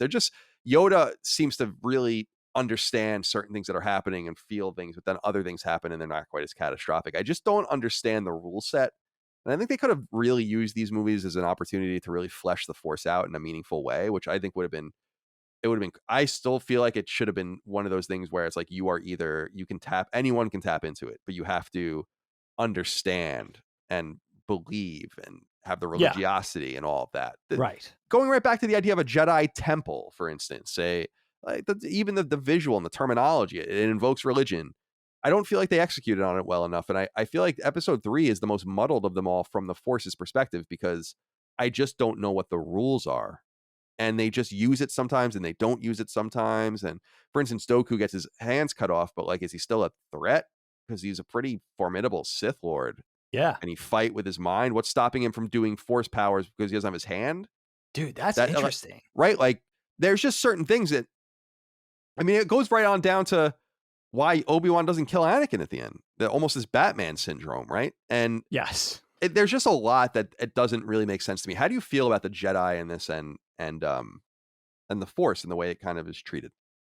I love this idea of having maybe the Sith Lord that lost his hands in a lightsaber duel, but still lives and just fights with force lightning or whatever. That's actually fucking cool as shit. I love Or that. like, like the old telescopic lightsaber toys from the 70s and 80s, like having like it's almost built into one of his arms. It's an implant. Like Barrett's, like, yeah, that would be fucking sick. Dude. Yeah. You got something here, man. I loved it. I love these ideas that we're coming up with, that we're spitballing here. Yeah, we're available, Disney. We are available. We're totally available. I'll drop everything. But you know what, man? I tell you the one thing that I was sort of reminded of watching this again. The whole thing at the center of this is the one who will bring balance to the Force. Now, if being a Jedi specifically, we could talk about the Sith too, but being a Jedi specifically evokes wisdom, right? That warrants somebody who's not only has this prowess with the Force, but a Jedi Master is wise, right? Which sort of is directly related to intelligence, right? You're not intelligent enough to realize balance to the Force doesn't automatically mean, if that's the verbiage, right? That doesn't automatically mean it benefits the Jedi, because the Sith use the Force too. So if it's somebody bringing balance to the Force, in which direction is that going to go? Who's it going to help? The dark side or the light side? So, and I love the fact that I guess is what they're saying, that Anakin was the one that was going to bring balance to the Force, but the way it ended up with Anakin arriving on the dark side, does that mean the light side was that things were skewed in favor of the light side before Anakin? Is that what this is saying? It's never described, at least in the films, what that even means. Like why the Force needs to be balanced, what's unbalanced about it. It's very weird. It's a very weird. It's cryptic. Situation. It almost ends up being cryptic. I agree. And I love, with Anakin, I love what you said too. Like, here's something that's really meta that never occurred to me before I watched it this time. I love the fact that the one thing that I love about Anakin, pre-Vader Anakin, is the fact that this is somebody who's so powerful, reportedly, that he's actually haunted by the power that he could achieve. In other words, he's clairvoyant. He sees something, a tragedy that's going to befall him. He has a vision of this. And I think Anakin's ultimate demise, his downfall or his Achilles heel, is the fact that the one most beloved to him and his mother died, and he couldn't prevent it. So he's haunted by that tragedy, and he can't bear the repeat of losing somebody who he loves. Classic formula for tragedy. Love it, right? He's haunted by his fear. He's driven by his fear. His fear turns into anger. It's everything Yoda said. It works in the context of Star Wars when you're looking at the light side and the dark side of controlling your emotions, and anger being directly related to fear, and then that leading to you falling to the dark side. Got it. Perfect. Here's the crazy thing. Anakin's the one who caused it, because they say that Padme died because she lost the will to live, because he fell to the dark side. Now, if he didn't fall to the dark side, would it have happened? It becomes this if a tree falls in the woods scenario, right? Now, I don't know if that's intentional. That could be all. I mean, this is George Lucas. We're talking about, who the fuck knows. But if he could show it with the computer, that's priority. But you know what I mean? That's another thing where it's like, oh wow, this got more meta than maybe we even remembered. Where it was like Anakin sort of caused this. Where if Anakin just stayed Obi-Wan's protege and eventually became a Jedi Master and stayed on the council, and Mason at the side of Mace and Yoda and everything, how would this have played out? So I like that. But again, not sure it's intentional, maybe just a happy accident.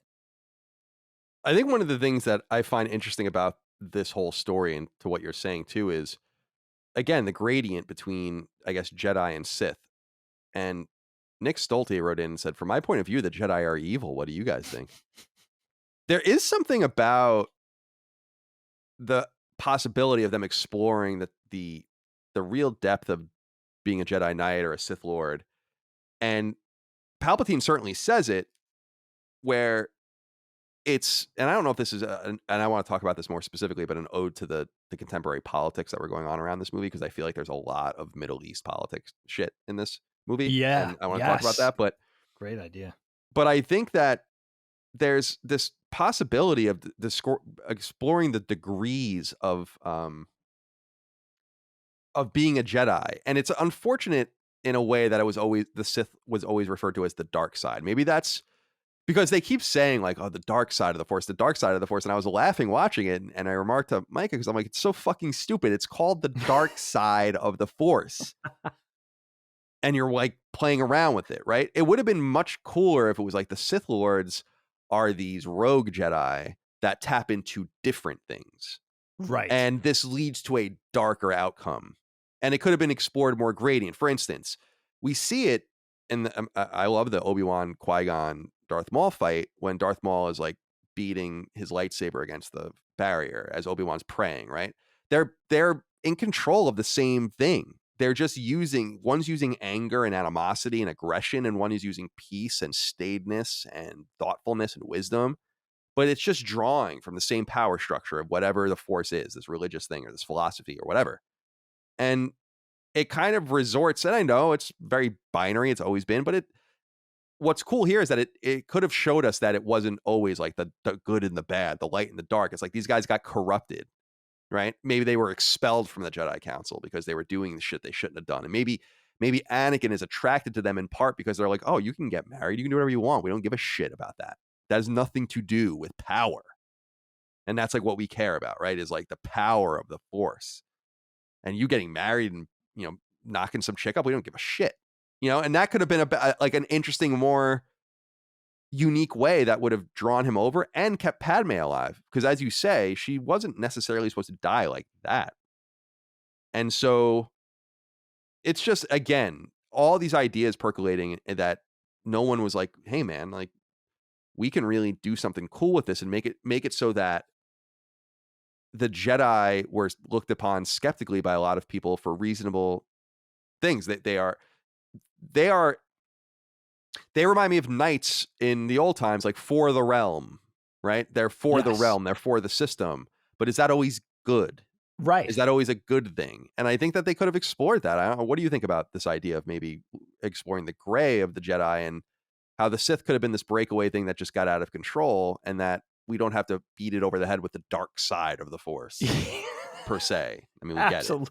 Dude, I love that, because it really does come down to the gray area, right? Rather than just here's the straight up good, quote unquote, here's the straight up evil, quote unquote. It's more like, okay, you have this side of the Force, the Jedi Council, for instance. It's about respect, protection, defense, honor, like you said, harkening back to a knight-like code.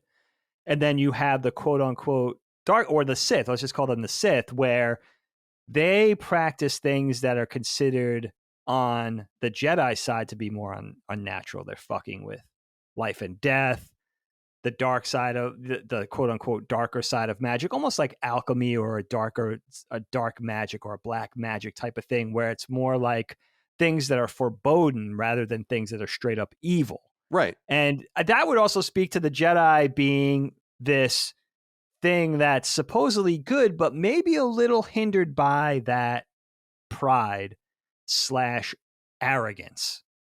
Almost, again, like a knighthood thing, where it's like they see that and what they do and what they practice as the only good or the only positive, where, again, hearkening back to the thing of like the one who would bring balance to the Force, and not even seeing that there could be another side to that coin, having so much pride where you don't even know if that either does that help you or hinder you? Is that in your favor or is that working against you?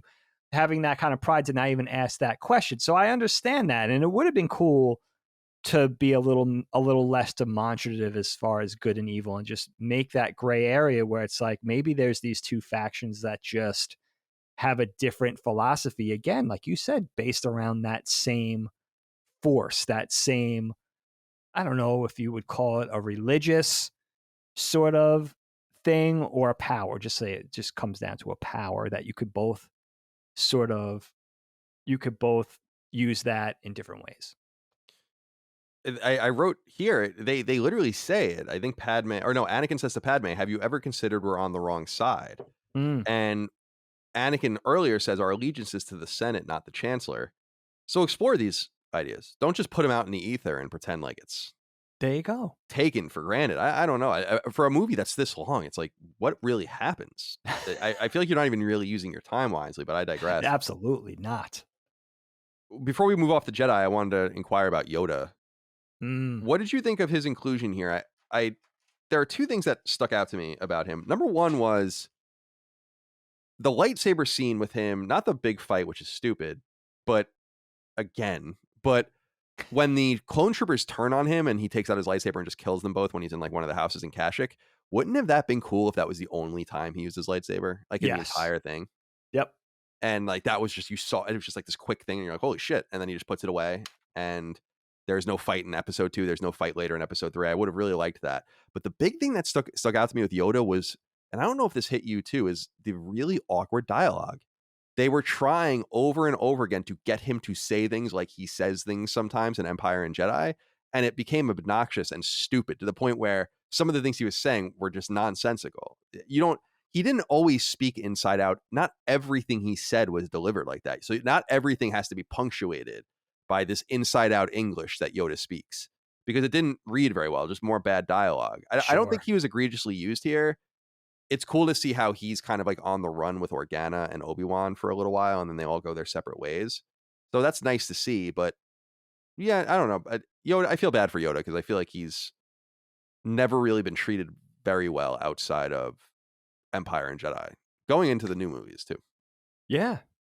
And he doesn't really even have that much screen time in Jedi. So it's really, really one movie, one original movie. It's interesting, Kyle. Do you prefer, now this is all CG Yoda, Frank Oz's voice, I believe. What do you prefer? You like practical or you like all CG? Oh no, practical would be ideal. I think practical works better. But I think that, to your point earlier about like order of operations of things that are bad, that's not the biggest problem for me. No, I agree. It's really how you use it. I mean, what you said at the center of it, and we've talked about Yoda before. Yeah, listen, we know Yoda. We know he's the ultimate Jedi master. We know he's Luke's mentor. We know he's all powerful. We've been waiting years, decades to see him fight, so that leave us wanting more, just show us a little bit, tease it out type of thing. I love the scene where he walks in and just kind of falls the royal guards. He just, with a swipe of his hand. I would love to see something with Yoda where it's like, you can't make him so overpowered that even Palpatine is not, wouldn't be a force to be reckoned with. You have to make, if Yoda was all powerful, none of this would be a problem, right? So you gotta make some kind of chink in the armor. But I would have loved to see something where he's so powerful with his force magic that he actually prefers to use the lightsaber. And maybe he used it in a very staid, one arm behind his back way. I mean, one way to do it was to make him this little acrobat with a shorter lightsaber, and he flips around and he does all this bitchin' stuff. That was one way to handle it. That was one option. That's the option you chose. But I would have loved to seen the old Shaolin monk styled guru that had to put in very little effort to fight. And if it was going to get to be too kinetic and too frenetic, then he would find a way to stop it or walk away, or you would end that scene before you saw him doing the bitch and stuff. And then, like Colin says, do a little bit of that energetic sword swiping, swordsman, samurai thing in a cool way, but don't do too much. I like the way he kind of absorbs the force lightning. He has some sort of power, which, we saw how force lightning takes out other really powerful people like Anakin / Darth Vader, like Luke. So to have him sort of absorbing it and stuff, it's pretty cool. But yeah, I think by the time you got this far along and you did all the things you did prior to Revenge of the Sith, it was going to be pretty hard to remedy Yoda or, just go back and redo it. I mean, the damage, if you indeed see it as damage, was already done.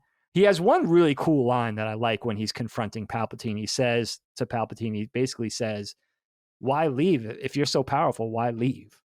You know what I mean? It's pretty cool. Like it's a very Yoda moment. Definitely. And it's very true. And I love the way there's that, again, just ultimate Yoda that we've known from 1980, sort of that very big power and very big confidence in that little package. And they did stay true to that, where it's like, all right, he's how can you not love him? Lovable. Yeah, I agree. I mean, I agree. You can't hate on Yoda too much. It's much like Jabba the Hutt and how weird he looked in episode 1. It's like, well, that's not Jabba's fault. No, it's not your Yes, fault, Jabba. true. There you go. Don't be Can't upset. blame Jabba. All right, Dig, I want to ask you about the political stuff. Mm. Now, this story was always political, the prequel stories. I think too political for what, like, for people's. There's so many sides when you really think about how it all goes, like Yeah. Naboo and the Trade Federation and the embargo and the blockade. And it's like, oh, what are you fucking talking about? I mean, I love this kind of shit. And even then, I'm like, I don't know, man. But it is worth noting that when the movies were written and conceived of, and then episode 1 came out, 9/11 hadn't happened yet. It wasn't like we were really, USS Cole hadn't happened. We weren't really dealing with Al Qaeda in a major way. Right. No one knew what the Taliban was at that time, et cetera, unless you were studying like the Soviet Afghani war from the 80s. But by the time this movie comes out, the situation is much different. And I feel like it's reflected in the script. There are interesting quotes. They talk about civil war without end. And they talk about this idea of, I am democracy and all of this weird stuff, and having a larger view of, in this case, they say having a larger view of the Force and all of the rest. And it's about tensions in governmental power. I don't feel like that was always intended to be so forefront. And I feel like it's just, to me, undeniable that 9/11 and what followed somehow painted this, especially because he started writing it after 9/11. So I don't know. Do you see those echoes there as well, or am I crazy? Because even the quotes I said earlier, like, have you considered we're on the wrong side, et cetera, it just feels like there's a lot there to explore from a American post 9/11 experience perspective. Yeah, I think you're right. I don't think that's an accident. I think that stuff is sort of embedded in there. And, you do wonder, like any work of fiction, how much of that is intentional, how much of it just seeps its way in via osmosis or what's going on in the world. And that harkens back to the writer and who's putting it together. But yeah, political intrigue, warring factions, warring political factions, all of that sort of thing. Like you say, very interesting. I love when things are kind of hinged on certain political realities, or based in that sort of thing of like partial true stories or directly influenced by things that happen in real life. But I really don't want to see that in Star Wars. And I have to say, with Revenge of the Sith especially, I just don't give a shit about any of it, because as an old school Star Wars fan, you're just waiting. Again, this is about the fall of Anakin Skywalker and what happens with his mentor. That's it. That's all we give a shit about. And Luke and Leia and Padme as an extension, what happens with them as a secondary thing. But having the other stuff in there is just, it's completely useless as far as I'm concerned. It's fluff. I saved that for Phantom Menace, and it was bad enough in Phantom Menace, like you say, with taxation and trade federations and the warring political factions and all that. Who gives a shit? This is Star Wars. Like, I don't care about that. Yeah, why are you talking about blockading planets in Star Wars? It's so boring. Like it's the Cuban Missile Crisis or something. It just doesn't make it. It just doesn't make. Yeah, it's fine. I mean, I love that shit, but not in Star Wars. No. I don't need politics in Star Wars, really. We have 2 hours left to see what happens with Anakin Skywalker. I don't give a shit about like this jackass and what's going to happen with the separate. Who cares?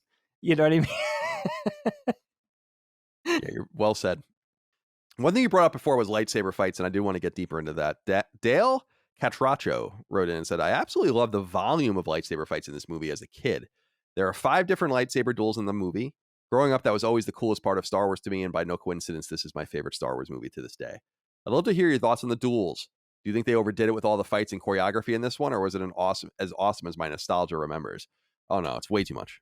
I've put the lightsabers away. For God's sake. I mean, can you just put them away? Why are there so many lightsabers? It's not special. This is exactly what I'm saying. When everyone has a lightsaber, it isn't special anymore. When you're constantly seeing it. So I'd like to imagine that there are situations, not that anyone that's fighting in any of these wars is real, like I said, so it doesn't matter. But imagine being a soldier and you're a fucking hardened veteran of blah, this campaign and this or whatever, and then a Jedi shows up and you see a lightsaber. You're like, holy shit. You never seen one, you heard about them, they exist, but you've never seen one in battle, you've never seen one in person. You're watching this guy cut these dudes down, but that's what's cool about it. Like, that's what's fun about it. And I also say with Yoda and others, what was fun too was not really needing to use it. And when you brought it out, it was special. Obi-Wan cutting down the bullies in Mos Eisley Cantina, right? And training on the Millennium Falcon on the way to the Death Star. And obviously Obi-Wan and Vader's pretty poor fight, but interesting fight. Really, in context, maybe not as bad as it seems. I just feel like, again, it's toy shit. And going to Empire, where I think you even see the lightsaber less, watching Han, as I've said many times, one of my favorite scenes is watching Han pick the lightsaber up and turn it on. It's fucking awesome. Yes. Cuts the tauntaun. Oh, they smell bad on the outside. Yeah, and then but then it's gone. The lightsaber's gone. Yes. I think even in the Empire Strikes Back special edition, doesn't Luke attack the Wampa with his lightsaber, cut his arm off before he gets fucked up? Yes. So it's like not even like that does it. So it's like God Almighty. What do you think about the use of lightsabers and all that? Yeah, you know what's funny about, I don't know if I've ever thought about this in all of our knockback conversations, all my years of Star Wars. It's so funny how so little of that passion is about lightsaber duels. The fact of it being a very samurai-like culture, the Jedis and the Sith, and it feeling like a very Eastern type of ninja samurai thing, and having that very Kurosawa-esque thing underneath the surface. For all of that, it matters so little, doesn't it? It's so interesting. Right. In fact, let me ask you, take a minute to think about this if you need to. Of all the 9 movies, you could even include Rogue One and Solo for all I care. What is your favorite lightsaber fighting moment? The only one that I remember that is Maul, episode Everybody 1. Would say that. That's the only one that I think really is truly a standout to me. Everybody would probably say that, right? And since then, that was Phantom Menace, and that was the beginning of Phantom Menace. And it's because we had never seen that before, right? We had never seen that lightsaber before. We had never seen a 2-on-1 before. We had never seen so it was special, right? Great point. And they hired a martial artist, not an actor. Right. To play that part for that very reason. So that was what was special about that. I'm sorry to interrupt. Much more energetic, much more dynamic than anything we got in the original sequel. So it was a proper elevation and evolution of the lightsaber duel. But yeah, so since the beginning of Phantom Menace, we really didn't have a memorable one. And then you could talk about the sequel trilogy, and you talk about Kylo Ren, and he has the lightsaber hilt, and it feels more like a knight's sword, and getting into other things. Whatever. I mean, because to me, Dave, the only other one that's even memorable is from Empire, just when Vader's beating the shit out of Luke. I mean, that's the other notable one. I love that one, but that's not even a fight. That's like he's using one hand, right? Like, yes. And that's cool. What makes it so special. Luke was not ready. And he's just beating on him. It's not like this crazy. He's just beating the shit out of him, right? And that's a memorable one. Because that's when you get Luke entering into a match that he was warned not to do, and he's completely overpowered, and that's awesome. And then you could talk about the Return of the Jedi duel too, not because that lightsaber duel is so badass, but because of the emotional heft and the emotional weight behind what's happening there. Is Luke going to fall to the dark side? You have the Emperor there sort of goading him on. But you have all these moments. But it's so interesting to think about in all of Star Wars that the lightsabers really don't mean that much. And I will say, you have some lightsaber, you have a lot of swordplay in this film, more so than any other one Star Wars movie. But of course, we talked about the Grievous scene. We talk about the duel with Anakin and Obi-Wan versus Count Dooku. And of course, we talk about, and Yoda versus Palpatine, which we talked about a little bit. And then, of course, that climactic duel in Mustafar over the lava pits with Obi-Wan and Anakin. And this is crazy to me, okay? And people might be like, what are you talking about? But I'm going to tell you, I'm going to be straight up, I'm going to be honest with you.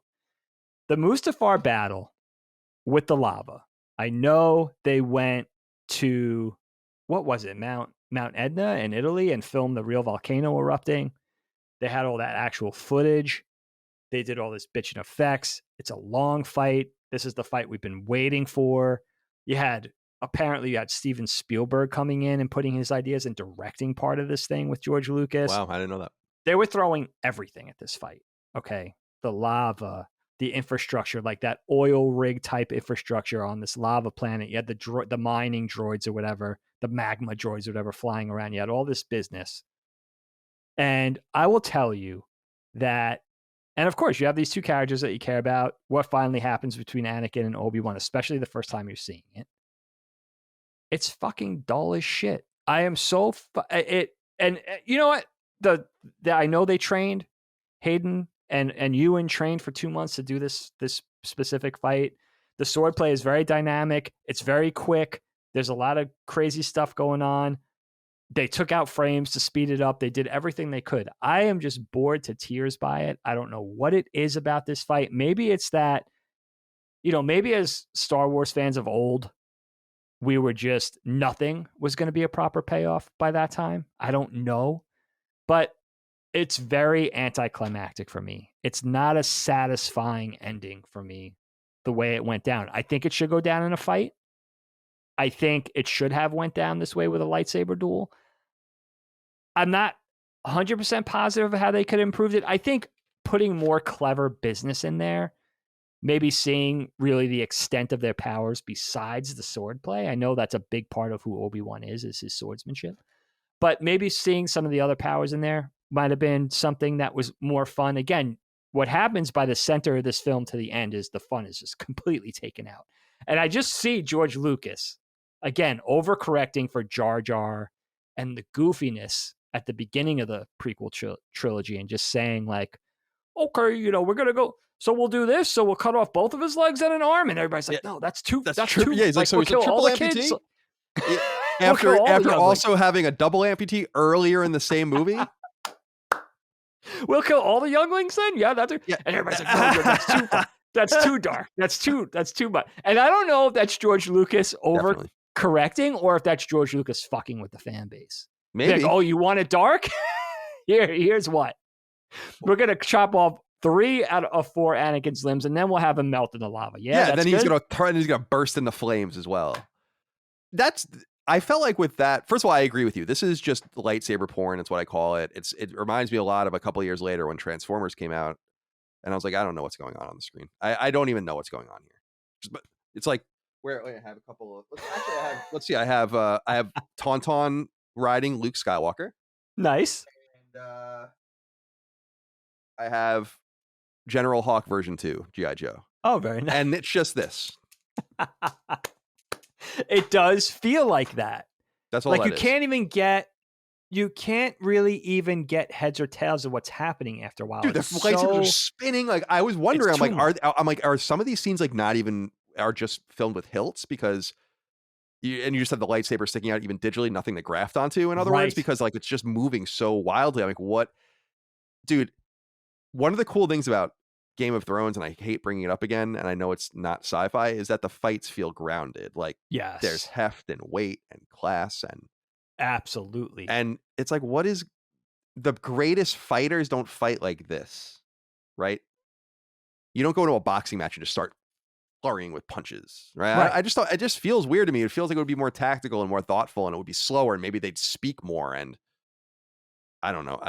The last lightsaber fight's bad. And I also think I should say, to your point about how much damage Vader takes, it's like, why do they have to do all of that to him? It almost seemed so ridiculous to me. Like, you're that fucked up. Like, I could have imagined like you get both your legs cut off, or I wasn't even thinking about any bodily harm done to him necessarily when he was Vader. I was thinking like he had some sort of horrible explosion that fucked him up, or something he breathed something in and can't breathe anymore. Something. I didn't know that you were just gonna destroy him like that, and I almost felt like that was kind of goofy.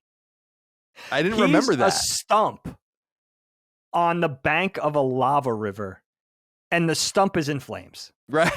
It doesn't. I remember the first time seeing that, being like, "This is too dark. This is too dark. You went too dark." I mean, there is a middle ground between Jar Jar and the Metallica 1 version of Anakin. I could not live. I cannot die. Like, it's just like, why? I don't want, Anakin's a bastard, but I didn't want to see that happen. And then Obi-Wan just leaves him for dead. Yeah, why didn't he kill him? Put him out, like, just kick the stump into the lava Yeah, just river. literally just like like a very nonchalant half kick that just his body just rolls into the lava.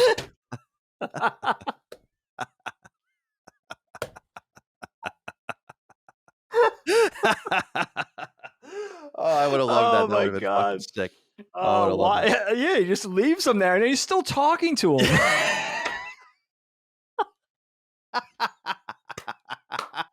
He is. He's still. There's still dialogue. He's hanging his lightsaber back on his belly, like, Anakin, this wouldn't have happened.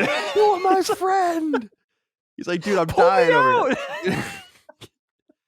You had brought up Anakin killing the younglings. I do want to dive into that because that is such a weird scene. Braxton Wilkerson wrote in and said, "Greetings to my favorite podcast. To me, it never made sense that Anakin was able to kill the younglings. It's hard to believe a man who just wanted to save his wife would just massacre a bunch of innocent children. I wouldn't do that to save my wife, nor would she want me to. To me, this is truly evil, and there was something seriously wrong mentally. This is to me a mistake in writing because this act makes it a lot harder to believe his redemption arc in Return of the Jedi. How could a man capable of doing something so wicked eventually be redeemed? What are your thoughts?" This is interesting. I do feel like you're right. Like, this is a scene where George is like, yeah. So all the kids that you met in episode 1 are grown up now, and now you're gonna go fucking kill them.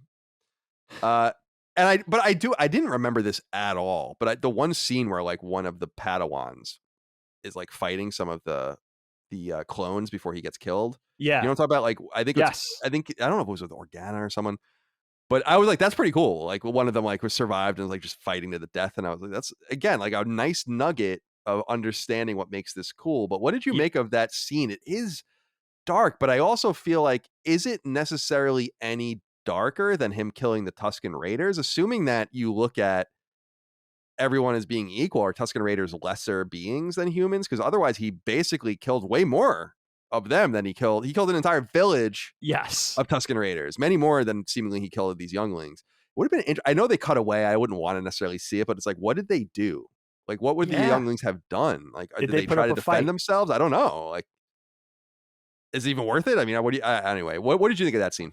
That peculiar scene? You know what? It is interesting to think about, like, how can somebody who's moved that far into evil or into the darkness, how can they be redeemed? But you know what? I kind of like the idea of it being that exaggerated. It's like even somebody who went over the edge and committed true evil could still be redeemed, or he could have been so misled. Maybe that speaks to the power of Palpatine and the influence and the sway he has over you, whatever. I think, it didn't really surprise me that much because we had that Tusken Raider thing. We had the Sand People thing, and we knew, Anakin talks about killing the women and children too, and it's very dark. And then it's kind of a revisiting of that. I do like the way it's handled with just, them talking like, Anakin, Master Anakin, we have to act. And then the lightsaber ignites, and then the kid's like, what the fuck? And then it just cuts. But you do wonder, like, did the poor kids, did they put up a fight? All that kind of stuff. But it is funny to think about. It does, if you think about Star Wars in the context of everything George Lucas created from the beginning, from the 70s, it does feel very un-Lucas-like, and it does feel like him sort of either catering to the fan base and saying, okay, I'm going to give you dark, or saying, okay, I'm going to give you dark, you son of a bitches, and it's going to be way too dark in an over-aggressive way as a thumb in the Wouldn't eye. you want to? Wouldn't it be awesome to really know? Like, I would love to know. Has anyone had more read into them than George Lucas? Like, we ascribe so much onto him. So much. And it's so interesting how he's become this almost tragic figure. Like, I look at him as a tragic figure, like someone who made a mistake and knows he made a mistake in getting rid of Star Wars and succumbed to just the endless abuse basically that he was dealing with. But it's like, you know what, man, grow up. At the same time, like, I don't feel bad for you. Like, you made some bad decisions. And speaking of the younglings, wouldn't it have been cool? Let's just rewrite it again. Wouldn't it have been cool if instead of Anakin going and fighting them all, that we just kind of see shades of these guys like trying to get away, like trying to get to a spaceship, trying to get to a port, and you just see them getting found out. Maybe just a quick interstitial, a few 30 seconds of spending like little vignettes of younglings like getting caught by the clones or getting caught by whatever, and just getting cut down slowly one by one as they're trying to escape. And Yoda and Obi-Wan are the only ones that can escape. That would have been fun. Sorry that I had to rewrite it and make it better again, but It's true though. I think you could have probably done something with that moment. But it How really, could again, how could I come up with these ideas and screenwriters couldn't have interjected and I mean, I'm not in saying that 2 these ideas are hours, necessarily the best, but I'm coming up with better ideas without even thinking about it. you're You know, brainstorming. it's just That's so really what it weird. takes. It's so It's I we've said this so before, right, strange. Dagan? This wouldn't be hard. Writing No, Star Wars wouldn't be hard. I could write you a good Star Wars. you In fact, we did. have. We did. Yeah, we did. You So have. it's like that's what's so annoying about it. It's not like you're splitting the atom or in Good Will Hunting when Matt Damon's at the board with all the weird shit and he's solving it and people are spying on him. He's like, how are you doing this? How are you so smart? It's like Star Wars, dude. It's just Star Wars. That's it. It We could really do a is. million different things that are cool. Right. Somehow you pick the dumbest shit. I really yeah. do think it's because George Lucas builds his house, at least for Star Wars, on the wrong things. He doesn't hinge it on character and story and legacy and what would be cool. He hangs it on all the wrong. Like, look at the art direction of the Mustafar fight.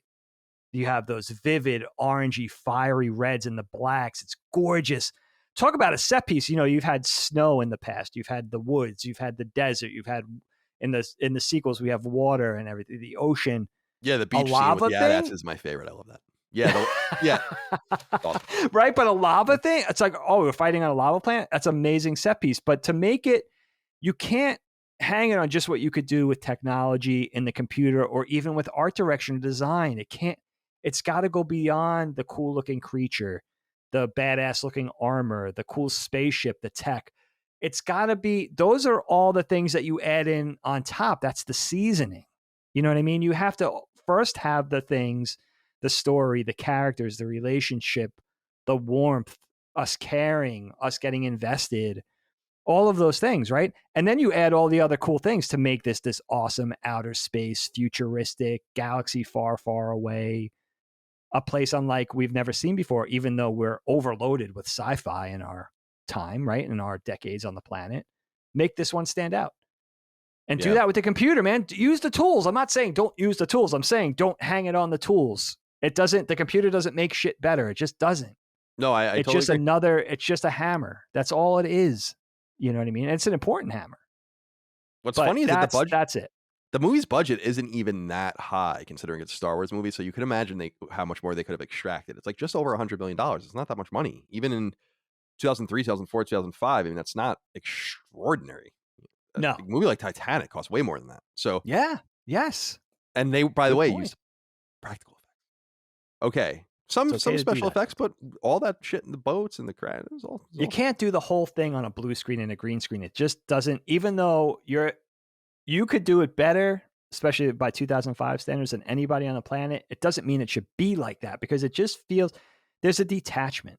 There's a sterileness. It doesn't, even though you're masterful at what you do, it still doesn't feel right. You know what I mean? It doesn't feel like those characters are in those places. You had all these locations, you filmed all over the world. Use that sometimes. And not everything has to be against a blue or green screen. And beyond that, it's just the fact of wanting to do it that way and hanging the entire thing on that premise is just, it's just wrongheaded. It just is. Well, let's talk about how this movie ties to episode 4. The Josen one wrote in and said, "This is my favorite Star Wars movie. Now hold your horses. I'm not saying it's the best, just that it's my favorite. So many awesome moments. Anakin and Dooku, rematch, or Dooku, I never say his name right. Rise of the Empire, Fall of the Republic, Anakin turning to the dark side and becoming Darth Vader." By the way, I like that. I don't remember this either. I don't know why, but that he becomes Darth Vader before the fight with Obi-Wan, which is neat when you think about it. So he was like the human Darth Vader. Yoda versus Palpatine, Anakin versus Obi-Wan. So many awesome moments and a musical masterpiece from John Williams. Unfortunately, so good. This movie also has has some absolutely cringe moments as well. I'm looking at you, Anakin and Padme balcony scene. As the film closes on a familiar binary sunset, did you all find yourselves itching to jump right into Rogue One or A New Hope? No.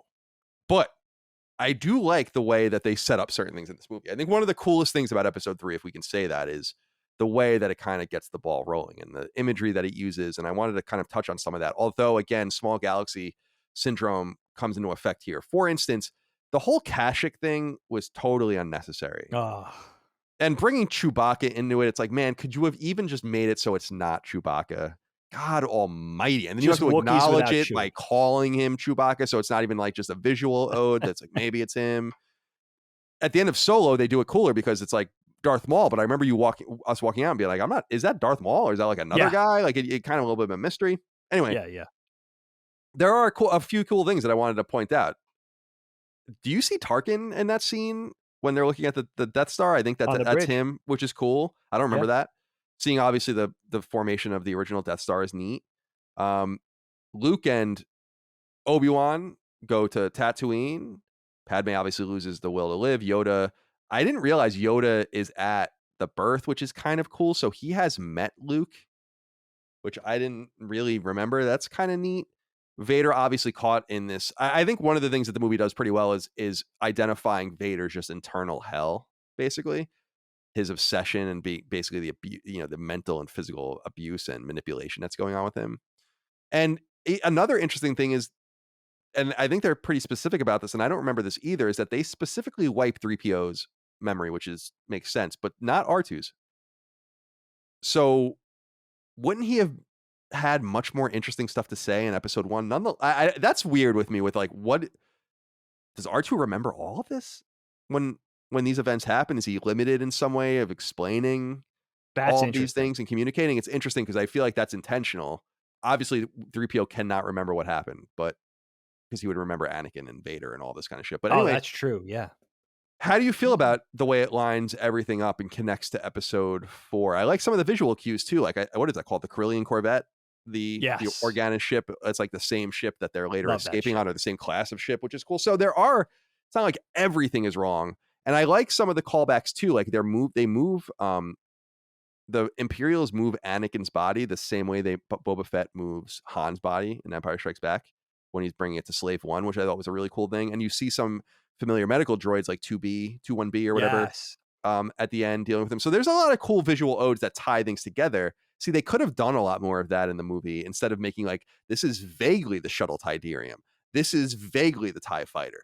This is vaguely an X-Wing, right? Like they could have actually made it just literally like maybe some of these ships existed. Why wouldn't they have existed at this point? Right. You see the fucking Y-Wings, they look ancient when they're fighting them, right? They're supposed to be like ragtag. Where are they? Maybe this is when they're being used. Anyway, how do you feel like this connects to episode 4? Did it make you appreciate the connections and the tethers? Did you like what you got to see? Again, I think maybe the Tarkin walking away thing was kind of the coolest piece that I didn't remember. That was cool to see that classic trifecta of Palpatine, Vader, and Tarkin sort of together. And how Tarkin has no respect for Vader, which I think is awesome. Like he just like whatever, bye. Yeah, and if you read that Tarkin novel, I know I talk about that one a lot. One of my favorites. There is that sort of rivalry between those two for Palpatine's right hand, basically. And they come to some sort of agreement, spoiler alert, but it's a great story. That's an awesome story. And that's canon now, right? That's canon. I think so. Maybe There's nothing in it that would spoil what was done before. So you could just tie that right in because it's basically the origins of Tarkin, how he grew up, how he came into Palpatine's service. Vader was already kind of in the offing, and how it was they brought different things to the Empire, different strengths or whatever. Right. It's really neat. Yeah, really that's cool. Tarkin's a cool character. I really He's so awesome. And it's cool because book. I'm sorry, I was just gonna say you see the Imperial officers just briefly too in their uniforms, which is cool too. Yes. Yeah. So you see that everything's in the offing for, again, it's only 20 years until A New Hope. And now, of course, there'll be that new connective tissue in the Obi-Wan Kenobi series. But I'm with you, first of all, on the Kashyyyk thing and the Chewie thing, Kyle. It's like when things get too incestuous, it's like R2 and 3PO being there is already a little bit annoying. Being so close to Anakin. Yeah, like Anakin making 3PO is just so stupid when you think about it. It's just like, you don't need to do all that. You know what I mean? Make a new droid. And they did with BB-8 and so on and so forth. But, it's okay not to have them there for the entire time. You know what I mean? You only risk spoiling those characters or ruining them in some way, So that incestuous thing, and supposedly I read this, that Han was supposed to be in too, like a young teenaged Han was supposed to be on Kashyyyk. Oh my God. And they really couldn't do this now because they established things in the Solo feature. but he was supposed to deliver one line and he was supposed to be there, and then Yoda and Han would have been in the same room together. So you're just closing those degrees of separation It's just completely. ridiculous. It's so stupid. Somehow they had the restraint not to do that. Yeah, it's incredible. Luckily. I can't believe that. I almost can't believe it. Right? Just to resist the temptation to squeeze Han into this story as well. It's like, oh, Surprised we didn't get a whole IG-88 arc or something like that as well. That's another thing. In the early, I saw, because I was exploring, I wasn't sure of Grievous's origins, and I won't go into this now, but he has a whole backstory and who he was before he became a cyborg. He was this reptilian soldier or whatever it was. And I only got halfway there, but in the previs art, he's like this little kid robot who can't walk, and he's in like this floating throne. And then he has two IG-88 like soldiers that protect him. It was actually pretty cool. Yeah. But they wanted Grievous to seem like a little more menacing, I guess, or whatever type of thing. That would have been interesting. Yeah, that's That was cooler than what interesting. they came up with, but okay. It looks cool. It's Yeah. menacing, and you see the glowing eyes of the IG-88s are looming, and you got this little robot kid. And Because what would be kind of cool is if the IG-88s were doing all the death and destruction and then giving the lightsabers to the kid. You know, it's like, and he's just sitting there. Yeah. Or whatever, you know, or maybe he controls them with his mind. Who knows?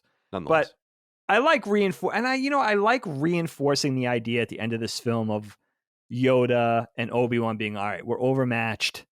We're going to go into hiding until hopefully we could reemerge and do something about this. And then, of course, we know that ends tragically. Yoda never reemerges, right? Which is actually kind of a bittersweet moment when you realize, like, he's going to go to Dagobah and he's never coming off Dagobah. He's going to die there. So that's kind of cool at the end. And then, of course, having young Uncle Owen and young Aunt Beru and knowing that's cool. The Obi-Wan series is about to kick off in a month, going in and just researching, and apparently Bonnie Peace and Joel Edgerton are going to reprise their roles.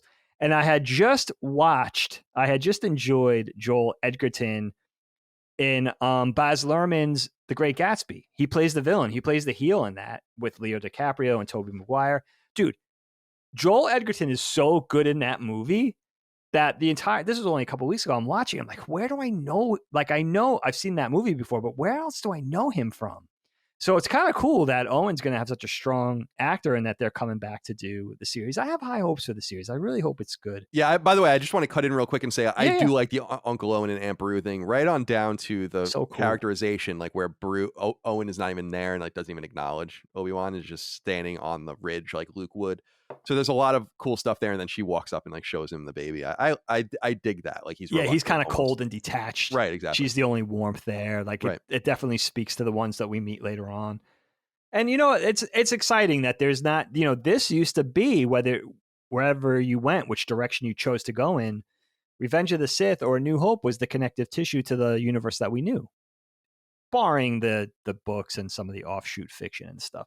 So now there's going to be that new connective tissue to close that gap, that 20-year gap. And of course, I think this is 10-year-old Luke. I don't know if you saw the trailer, but you see him briefly in one of the trailers. Oh, really?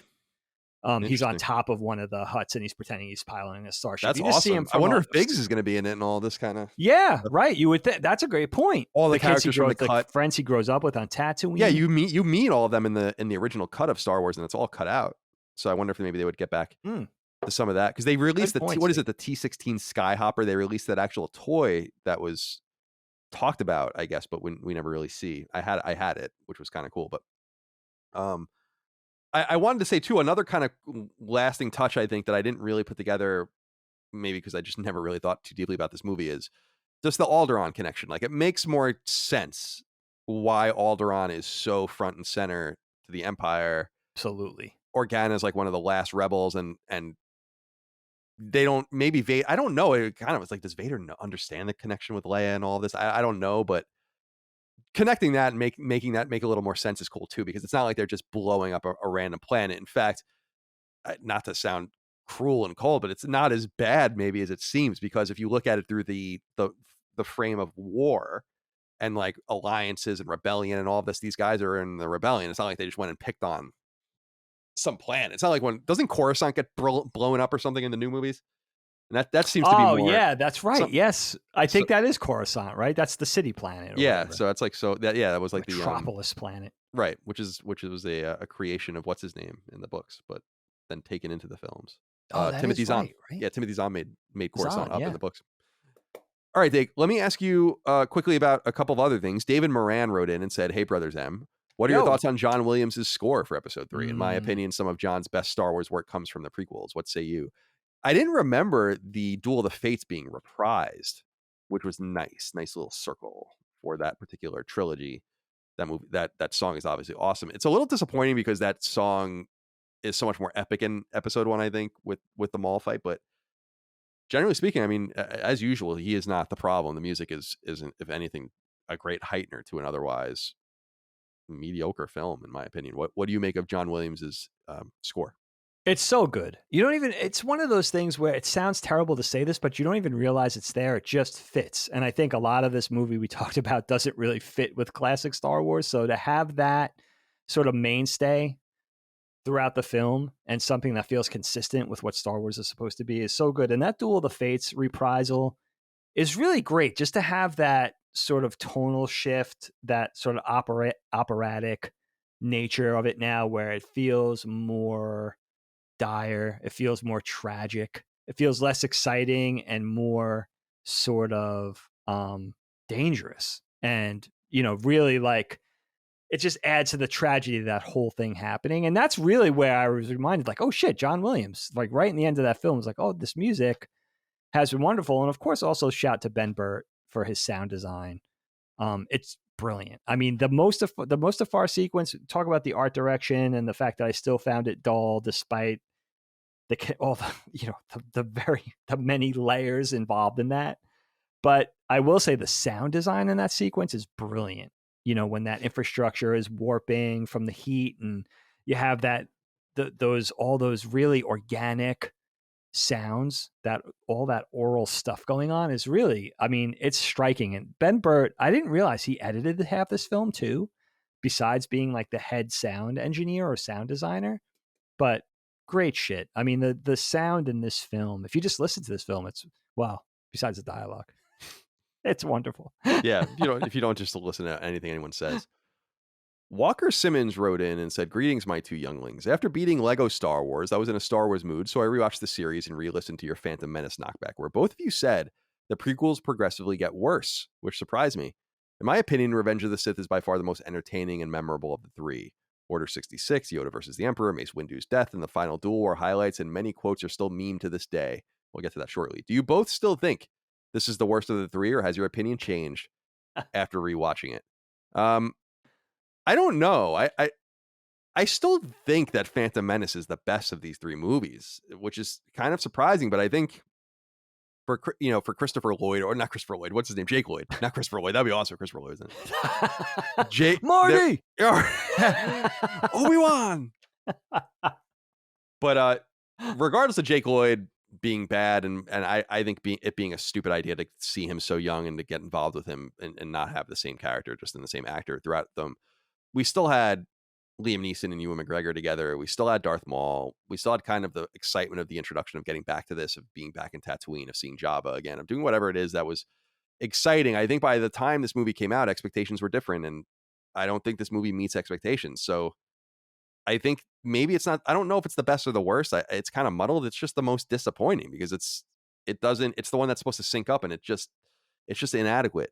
It's just yeah, that's just the end of the road for me. It's just inadequate.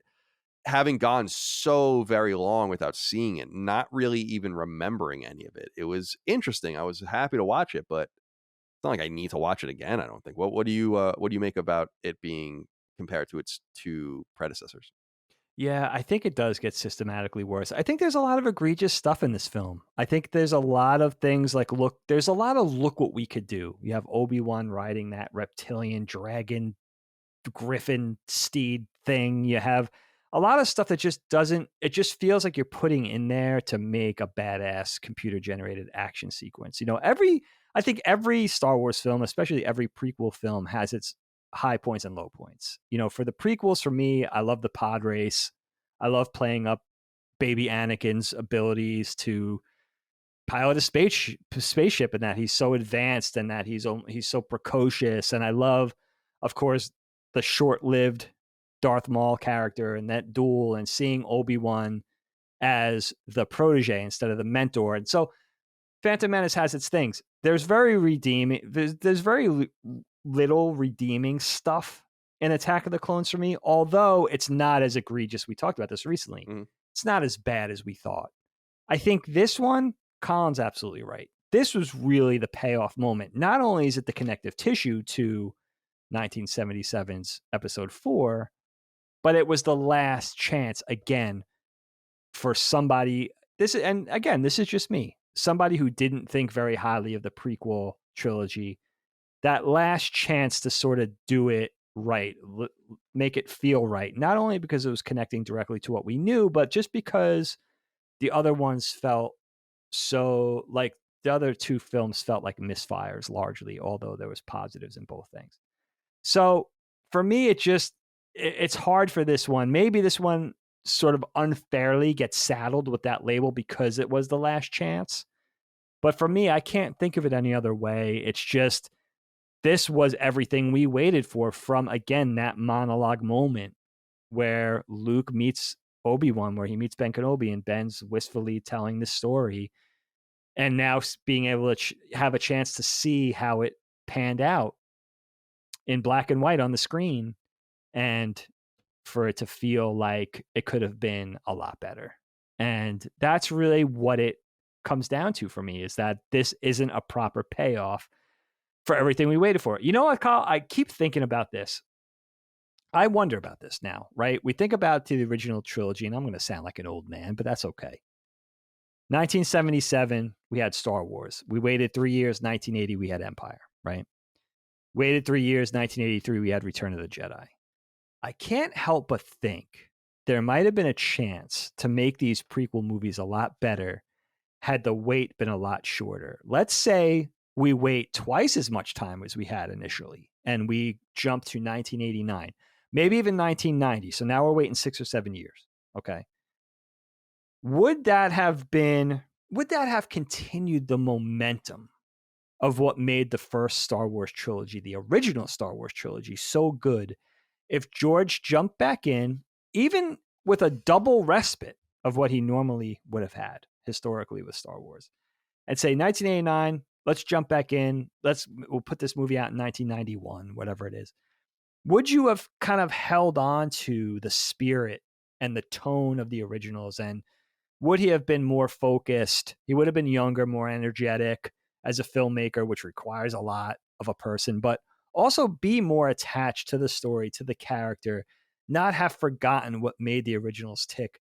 What do you think of that? Do you think that could have worked in the prequel's favor rather than waiting an additional decade? Yeah, I think so. Because he delivered the script in 94 for episode 1, so he waited almost a decade to or more than a decade really to write it, To and or pen it, about a yeah. decade. And yeah, I think so, because I think not only because he often said, I think, that the technology wasn't there for him to fulfill his visions. And I'm like, I don't know what that means, man. I mean, you fulfill these amazing visions with ILM doing what you were doing, and other movies that you worked on or were around, like Indy, also look great. So I don't really know what you're waiting for. And I think Right. the interesting thing there was, of course, the connection between potentially using similar actors or the same actors in some of these roles, and more importantly, I think maybe the same staff and crew that would have still been available. I think a lot of time change, turned over between the two, where the productions were probably very separated in most ways too, with the exception of your high-end producers and all that. So I think it would have benefited a great deal, personally. I like the idea of reprising some of the older actors. That's a great point I never even thought of, that you just mentioned, that could have been a thing. I wonder too if that, what we had always dreamed, we never dreamed as kids of a prequel series. We dreamed of seeing what happened after Return of the Jedi. So I wonder if jumping right into the sequels, into episode 7, let's say in 1989, 1990, would have also been pretty amazing, because then you Awesome. have Yeah. a relatively young Harrison Ford, Carrie Fisher, Mark Hamill, right? You have everybody still that at your disposal, and you could continue the story, and they were still young enough for it to be a dynamic story, for them still to be action heroes, and we already cared about those characters, those relationships. I wonder about that. And then save the prequels for later, because naturally you're going back in time, so these characters are going to have to be recast as their younger selves. So Yeah, that's an interesting thought too. But Yeah, coulda, woulda, it's shoulda. interesting to live in a world where the Star Wars would have been wrapped up maybe in the 90s and just Yeah, walked away from it, or just yeah. left it alone, but Can you you can't leave good imagine? enough alone. The last thing I have that I want to bring up here is from Spectre Bull. He says, "Greetings, High Ground Colin and Happy Landing Dagan. Have you ever heard of the tragedy of Darth Plagueis the Wise? Well, too bad. I'm not writing it about that. Call me biased, but Revenge of the Sith is my favorite Star Wars movie ever. It was the first Star Wars movie I ever saw, not counting Phantom Menace when I was 4, barely remembered that time, and it seems to have spawned more memes than any other Star Wars movie. Which Revenge of the Sith meme would you say is your favorite?" So we don't have to talk about specific memes and their execution, but I was just looking at memeable moments, and Okay. there's so many funny. Like the High Ground one is funny, that where people take the pictures and it's like Anakin and he's in the fire and Obi-Wan, but it's like replacing Anakin with like something else that's fucked up or whatever in the different screenshots. Of course, the "do it or kill him." Oh, that's a power, unlimited power. Unlimited power. This is where the fun begins. Of course, it's a funny one as well. Any stand out to you, Dave? Of course, people like that. "This is how liberty dies," with a thunderous applause, which is such a heavy line. It's like, oh my god. Any of the memeability stand out to you? I have to give the nod to unlimited power. It's such a cartoonish moment that had memes really existed in 2005, people would have automatically thought about this as a meme. So that would be the contender, the major contender for me, I think, Kyle. And is But there? so many quotable moments too. Oh, certainly. Just the Yeah, not, dialogue is so not ridiculous. yeah, not for good reasons. Not a good quote. No, it's not David Mamet. It's not. Do you have any last other things you wanted to talk about before we wrap up? There's one thing that I wanted to touch on briefly, and it really kind of spoke to maybe all of Star Wars for me, and that was born out of recognizing or really thinking about Christopher Lee in this movie as Count Dooku. Yeah. And how it's kind of weird to me. Look, I know you're George Lucas. I know you want to give nods to hot rods and 50s pop culture and whatever else you're diners and all this kind of stuff that you're into. And I know you want to give an appreciative nod to Hammer horror, and you want to use Christopher Lee as an iconic actor. And it certainly worked with Peter Cushing, and it certainly worked with Alec Guinness, right? But old men as Jedi or Sith warriors is fucking boring. It's boring. We already had that. Alec Guinness was awesome. I love him. I love the warmth that he evokes in the original Star Wars, but his duel with Darth Vader is ridiculous, right? It's boring. So we have even Qui-Gon, not the most exciting, although it was exciting to see Obi-Wan operating under a mentor. We have Dooku, even Palpatine to some degree, but I couldn't help but think, had the Dooku character been recast, it would have been kind of a good opportunity to see something we never really seen in Star Wars, at least as far as I can remember. And that's a Sith warrior in their prime, unmasked, right? Like, think of Return of the Jedi ending to a few years after Luke Skywalker, right? Or maybe even Book of Boba Fett, Luke Skywalker, right? Think about that version of, and we have that to some degree in Darth Maul. Although we don't get Darth Maul for long. Our relationship with Darth Maul is very short-lived. Yeah, we don't know anything tragically, about him unless you read the other stuff or watch the other stuff, which I don't. Or look at the animated series or whatever. But cinematically, for feature films, we don't get a lot of him. And I got the impression that he was pretty young and inexperienced, albeit very powerful. And I couldn't escape this thought, and I don't even know where it came from. How cool would it have been to get Ian McShane in this role? Especially 2005 Ian McShane, right? To have somebody you never really saw at that age as a Sith warrior, and to have sort of like, now you guys would know him as Swear Engine and Deadwood. Yeah, that's what Sexy Beast. Does a brief turn in Game of Thrones. He's in John Wick, plays an awesome character, and John Wick kind of plays John Wick's handler in not so many words. But he's got that charismatic but menacing thing about him. He's smooth and magnetic, but you don't really know if he's your friend or foe. He's got that sort of underlying threat beneath the visage. A little bit handsome. You could see him being powerful. I just think the Christopher Lee character is inherently boring. I think, we know Saruman, right? We know Christopher Lee. We know his chops. We know how into his roles he gets and he commits. And God bless him for doing it at that age. It's just a boring character. And you don't really buy him flipping around and doing all this crazy shit. No, like when he introduces himself, like at the beginning, like flips down, like first of all, it looks like shit. Second, it's so bad. Especially because imagine if it was, again, if you just wrote the story so that it was a consistent character and that was Ray Park, because he would have flipped and done it. Like he would have definitely like flipped off the thing and done it himself. Like, and Dooku doesn't. It's one thing for Grand Moff Tarkin. He doesn't really have to be cool. He's this cold and calculated officer, although glorified officer, right? But you want to see somebody who's action figure worthy that looks cool. Christopher Lee just looks boring. Do you want a toy of Christopher Lee? And he's supposed to be like this Sith Lord. He's supposed to be Palpatine's like underling, his protege. So it's just, for me, it's like, again, a missed opportunity for somebody who's so smitten and centered around the visual. How come that doesn't extend to acting? How come that doesn't extend to actors or actresses or, making some badass female younglings? Like, it just seems like it's one note with George Lucas. It's like, if it can't be done on the computer, he doesn't even think about it, type of thing. And I don't mean to keep harping on that, but it's one of those things that's very frustrating because I think that this movie, for some reason, and again, this may speak to my age or my ancient Star Wars fandom or what I was so sort of transfixed by already, what I came into this movie kind of swearing by, but it's just dull. This movie should be the opposite of dull. This is everything we waited to see. Truly. And it's boring. Yeah, straight up. It's very well said. I think it's very well said. It's not that this movie, I'm so surprised. I wanted to include a lot of letters of people that like the movie to have some balance. It just it really is an authentic surprise. Like, taste is so widely varied, like what you're into and all of that. And I'm like, man, I couldn't imagine looking at this movie and thinking that this was Star Wars, like the peak of Star Wars. Just, this is unimaginable to me.